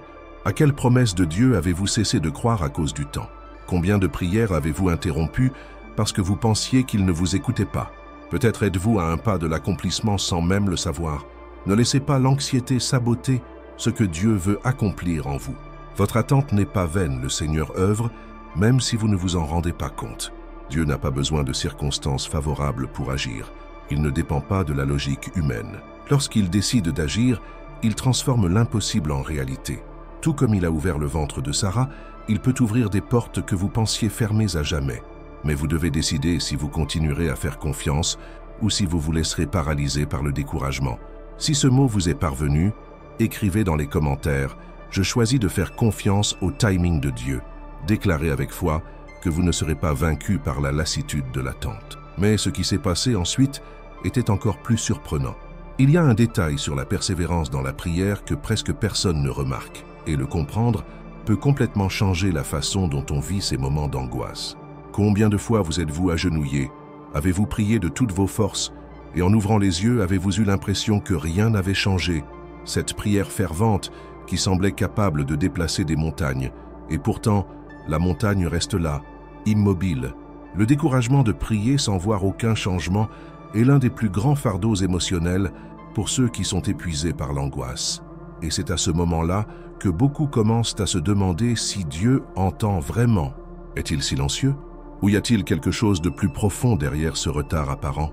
Jésus a raconté la parabole de la veuve obstinée pour nous enseigner l'importance de ne pas abandonner. Dans Luc 18, 1 à 8, une veuve vulnérable et sans le sou se rend auprès d'un juge inique pour lui demander justice.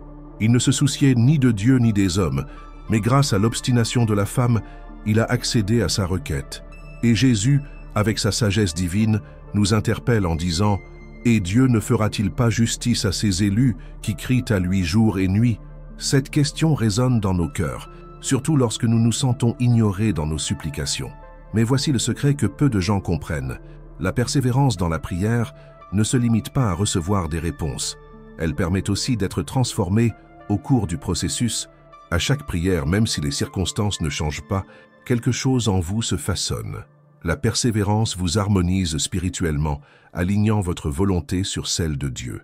La veuve savait que seul un juge pouvait résoudre son problème, alors elle n'a pas abandonné. Et vous? Avez-vous recouru à Dieu avec la même intensité? Ou avez-vous cherché des solutions auprès de sources qui ne peuvent vous répondre? On pense souvent que prier sans cesse, sans voir de changement, est un signe d'échec spirituel. Mais le silence de Dieu est-il vraiment un non? Ou vous apprend-il à grandir dans la foi et la confiance? Beaucoup abandonnent la prière parce qu'ils s'attendent à des résultats immédiats. Pourtant, la prière véritablement puissante naît de la persévérance, de cette décision consciente de continuer à prier, même lorsque tout autour de vous semble indiquer que cela n'en vaut pas la peine. La veuve persévérante nous enseigne que dans le royaume de Dieu, il n'existe pas de prière vaine. Chaque cri, chaque larme, chaque gémissement silencieux est enregistré au ciel. Un silence apparent ne signifie pas que Dieu n'agit pas. En fait, c'est dans ce silence qu'il œuvre dans des domaines encore invisibles. La prière n'est pas un bouton magique qui déclenche des réponses instantanées, mais un processus d'approfondissement de votre relation avec Dieu.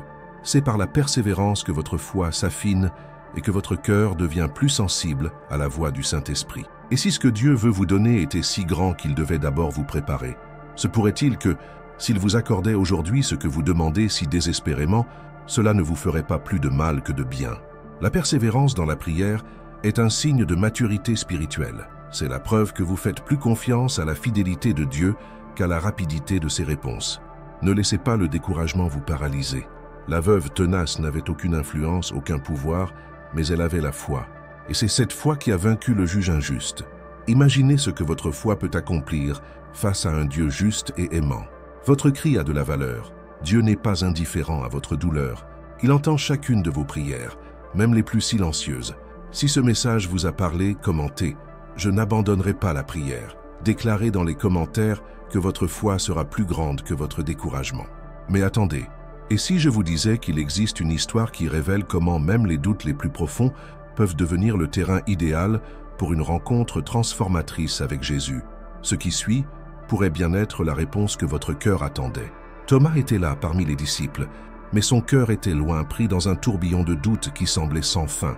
Tous autour de lui prétendaient avoir vu le Seigneur, que Jésus était vivant, ressuscité, mais pour Thomas, c'était une réalité incroyable. Comment pouvait-il croire en quelque chose d'aussi grand après avoir été témoin de la mort brutale de Jésus? L'impact de cette scène au calvaire était encore une blessure vive dans son âme. Sa foi, autrefois forte et inébranlable, ressemblait maintenant à un château de sable détruit par les vagues incessantes d'incrédulité. Avez-vous déjà ressenti cela? Avez-vous déjà vécu des moments où même les promesses de Dieu semblaient lointaines, vous demandant si vous étiez encore capable de croire? C'est comme si les angoisses de la vie étaient des pierres constamment jetées contre la structure fragile de votre foi, jusqu'à ce que vous en arriviez à vous demander « Dieu entend-il vraiment mes prières ?» Lorsque nous sommes épuisés par l'angoisse comme Thomas, il est facile de laisser les circonstances prendre le pas sur les promesses, et voici une vérité douloureuse, mais nécessaire à dire. Le manque de foi n'est pas toujours le résultat d'une rébellion ou d'une froideur spirituelle. Souvent, l'incrédulité naît de l'épuisement de l'âme, de tant de prières qui semblaient sans réponse, de promesses qui semblaient non tenues. Thomas n'en était pas moins un disciple pour avoir douté. Il était humain, et la douleur de voir son maître mort l'a rendu aveugle au miracle de la résurrection. Combien de fois avez-vous été aveuglé par la douleur, incapable de voir que Jésus était à vos côtés, même au milieu de vos doutes? Mais l'histoire de Thomas ne s'est pas terminée dans le doute, et voici qu'un tournant décisif se produit. Jésus réapparaît, et cette fois, il s'adresse directement à lui. Dans Jean 20, 27, Jésus dit « Avance ici ton doigt et vois mes mains, avance ta main et mets-la dans mon côté, et ne sois pas incrédule, mais crois. » Ce n'était pas une réprimande sévère, mais une invitation à redécouvrir la foi. Jésus n'attend pas que Thomas se rétablisse ou fasse preuve d'une foi parfaite. Il affronte sa faiblesse, transformant le doute en adoration, et la réponse de Thomas est immédiate. « Mon Seigneur et mon Dieu » Jean 20, 28. Comprenez-vous la profondeur de ce moment? Jésus savait que Thomas était épuisé, non seulement par la douleur du deuil, mais aussi par la frustration de ses prières restées sans réponse, par le sentiment d'abandon. Cette rencontre n'était pas un miracle destiné à prouver la résurrection. C'était une guérison émotionnelle, une restauration de l'âme blessée de Thomas. Et c'est exactement ce que Jésus veut faire avec vous qui sentez votre foi affaiblie. Vous n'avez pas besoin d'une foi parfaite pour vous approcher de lui. Il vous suffit d'être honnête au sujet de votre douleur.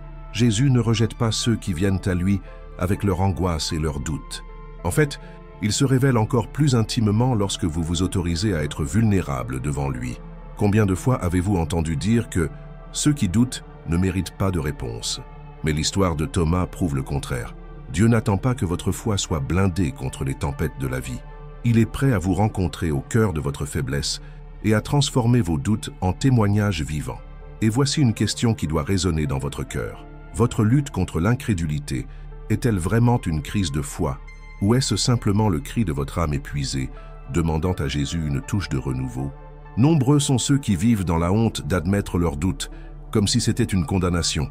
Mais Thomas lui-même, l'apôtre qui a douté, a été puissamment utilisé par Dieu après cette rencontre transformatrice.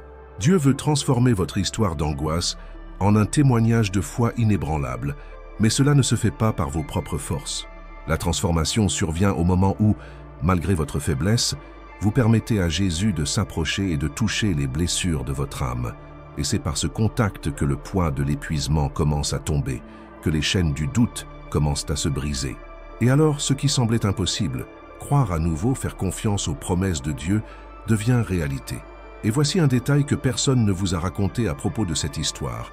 Thomas, après cette rencontre, devint l'un des apôtres les plus fervents, apportant l'Évangile en Inde, où beaucoup pensent qu'il fut martyrisé pour sa foi.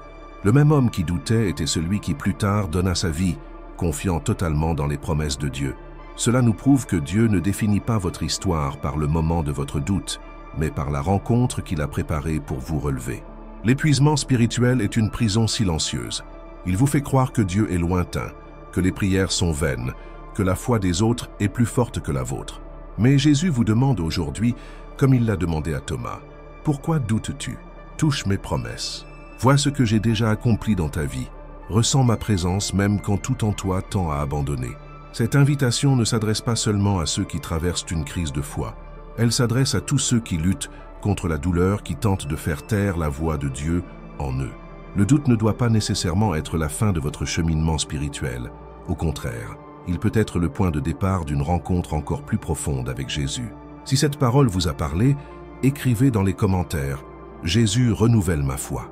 Que ce soit une déclaration publique que vous croyez, même au milieu de vos doutes, que le Seigneur peut restaurer votre espérance.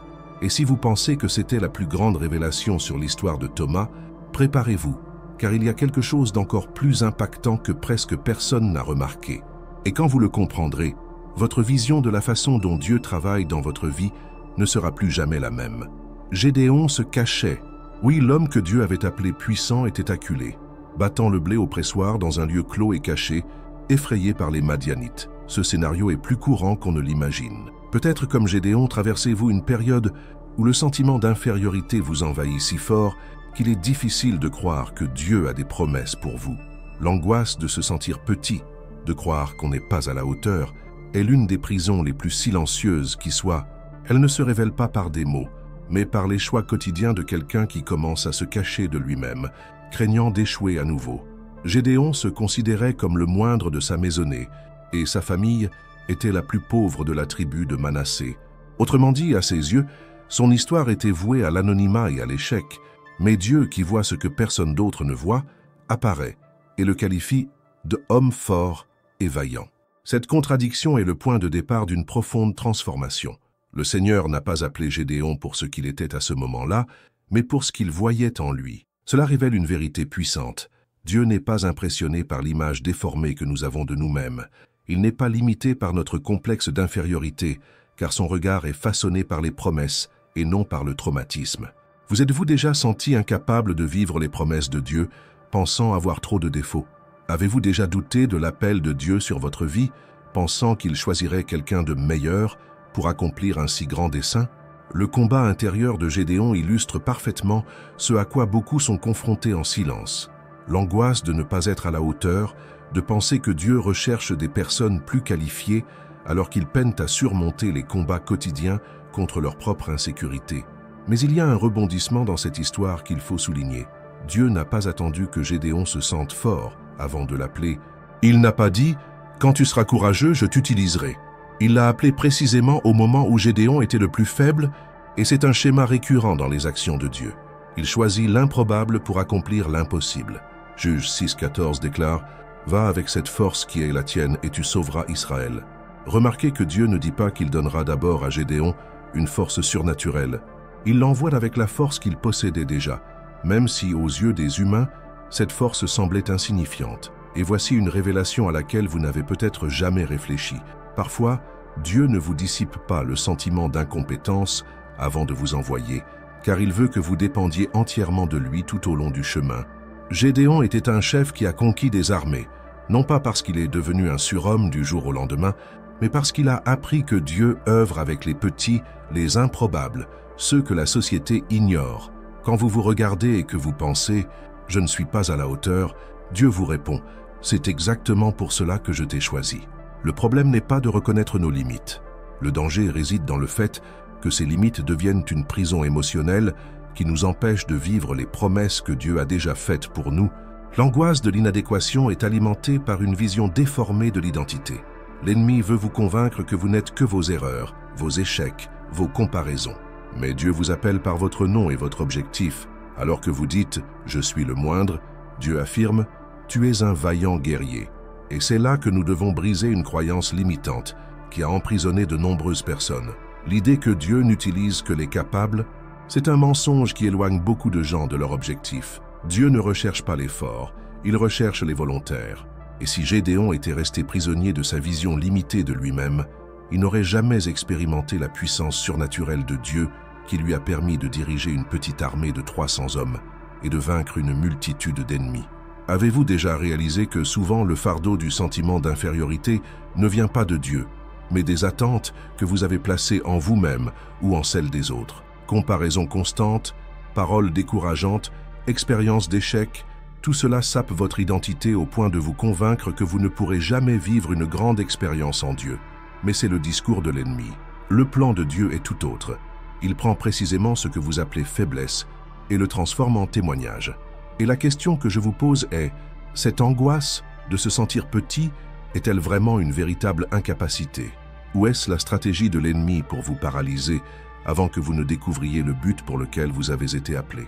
Il est bien plus facile de croire que Dieu choisit les grands pour accomplir de grandes œuvres, mais la Bible regorge d'exemples comme celui de Gédéon, où les plus petits, les plus improbables, ont été les instruments de la gloire de Dieu.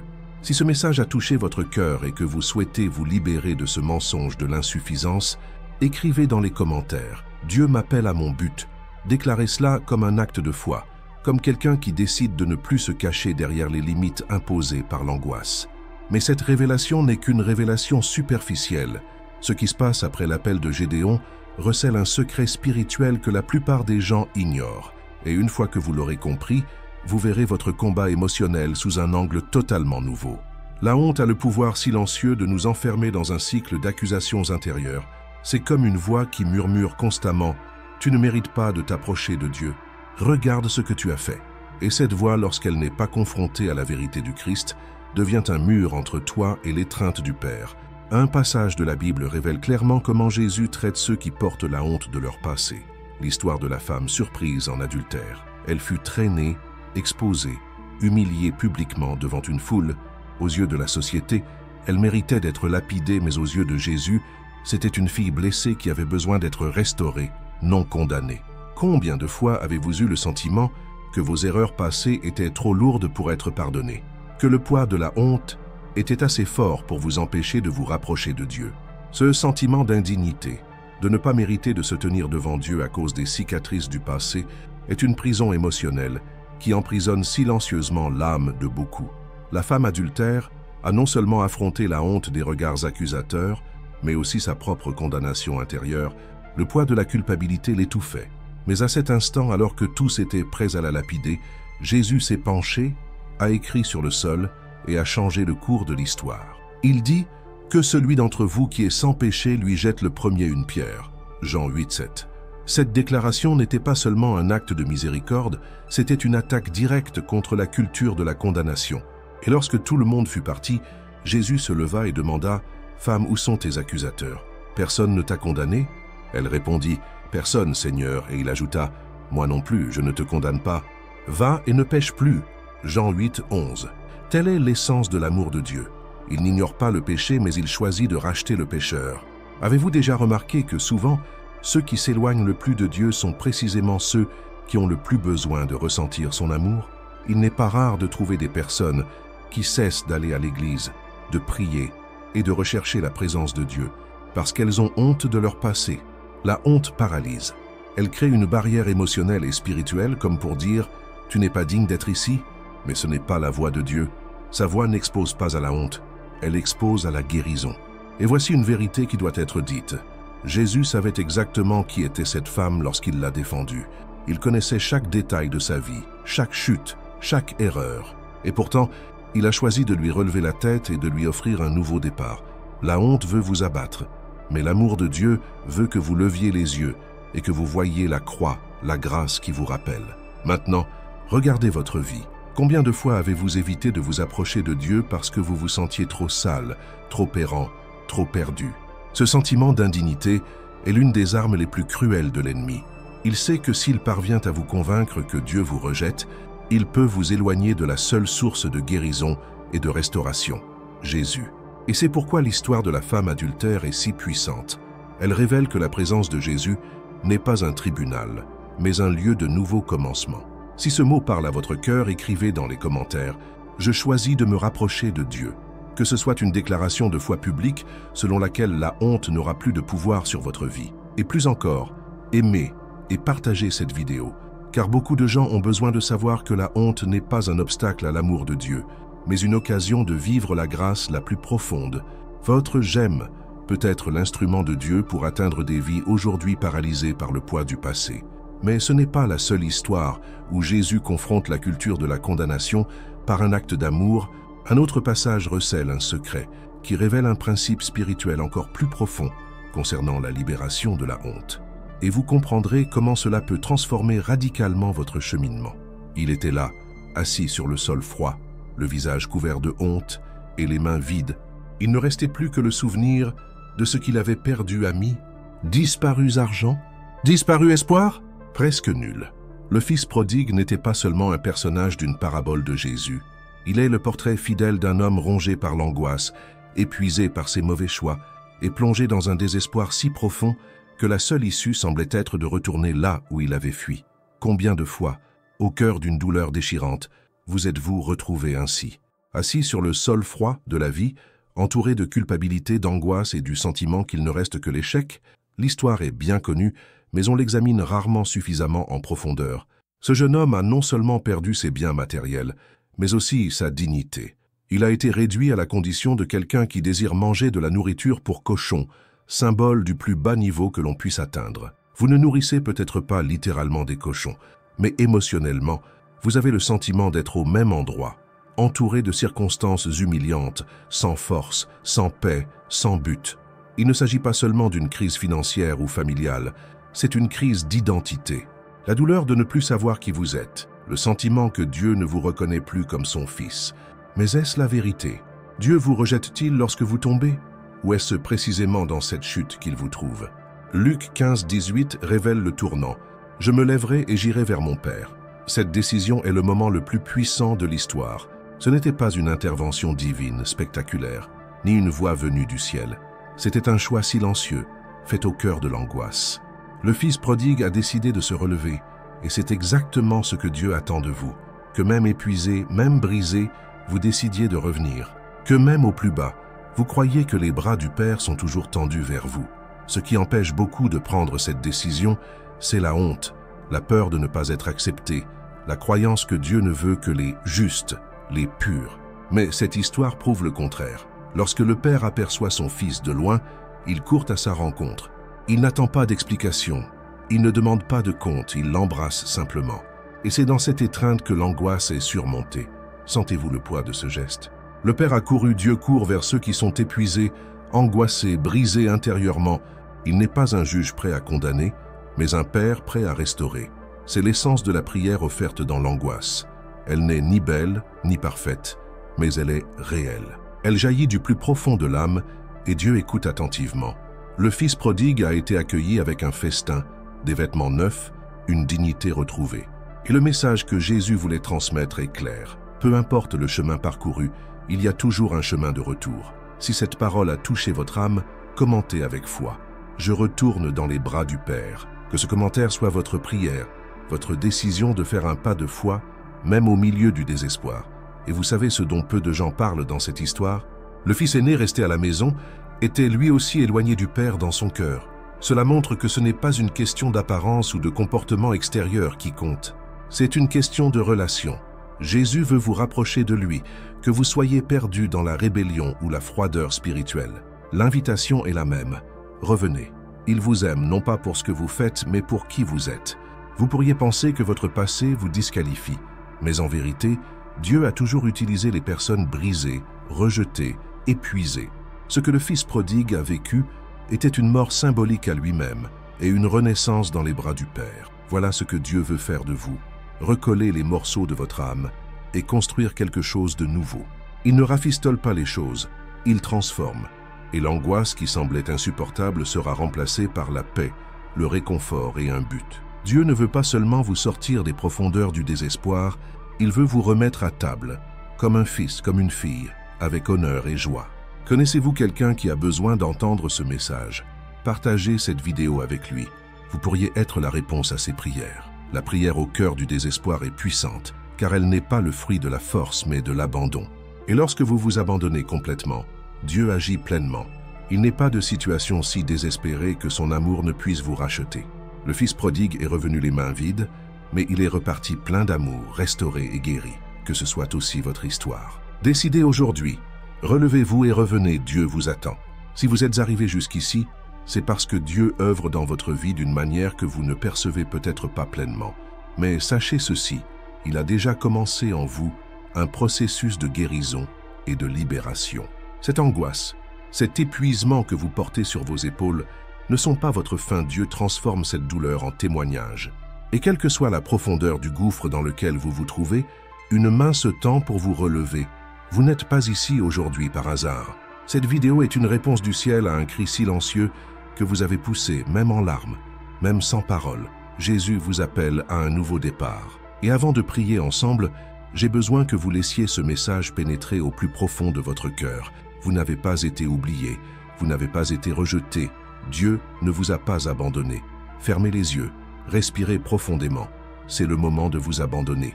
Prions ensemble, Seigneur Dieu. Père bien-aimé, nous voici devant toi. Père, cette personne qui m'écoute porte en elle de profondes blessures, une angoisse que personne d'autre ne voit, sauf toi. C'est pourquoi je prie, demandant que ton Saint-Esprit touche maintenant chaque cœur épuisé, chaque esprit affligé, chaque âme lasse. Père, là où il y a de la douleur, répands le réconfort. Là où il y a du désespoir, libère l'espoir. Que tout poids émotionnel, toute lassitude spirituelle soit ôtée maintenant au nom de Jésus.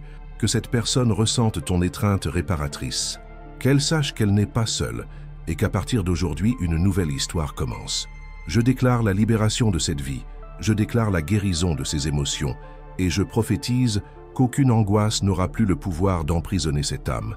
Au nom de Jésus, Amen. Si cette prière a touché votre cœur, sachez que la délivrance a déjà commencé, mais il y a quelque chose que vous devez voir. La vidéo qui apparaît maintenant sur votre écran est la suite de ce processus. Ce que je vais vous révéler pourrait bien être exactement ce qui vous manque pour votre victoire totale. Ne partez pas sans la regarder, car Dieu vous réserve quelque chose de très puissant dans cette prochaine vidéo. Il ne veut pas seulement apaiser votre douleur, il veut transformer votre vie tout entière. Ce que vous y découvrirez pourrait être le tournant de votre délivrance totale. Écrivez dans les commentaires « J'ai réussi à aller jusqu'au bout ». Ceci est votre acte de foi, votre déclaration publique de votre détermination à vivre pleinement ce que Dieu a prévu pour vous. Et je vous demande, partagez ce message avec quelqu'un qui a besoin d'espoir. Soyez un canal de Dieu dans la vie de quelqu'un aujourd'hui. On ne sait jamais comment un simple geste peut changer le destin de quelqu'un. Et si vous n'êtes pas encore abonné à cette chaîne, abonnez-vous. Ce n'est pas un simple clic. C'est vous qui dites au ciel « Je veux davantage de Dieu dans ma vie ». En vous abonnant, vous vous préparez spirituellement à recevoir des paroles qui vous fortifieront chaque jour. La parole dit dans Ésaïe 41:10 « Ne crains rien, car je suis avec toi. Ne sois pas effrayé, car je suis ton Dieu. Je te fortifie, je viens à ton secours. Je te soutiens de ma droite triomphante. C'est le sceau de votre victoire. » Ne manquez pas la prochaine vidéo. Elle prolonge ce que Dieu a commencé ici. Regardez-la et laissez ce chemin de guérison se poursuivre. Votre délivrance ne s'arrête pas là.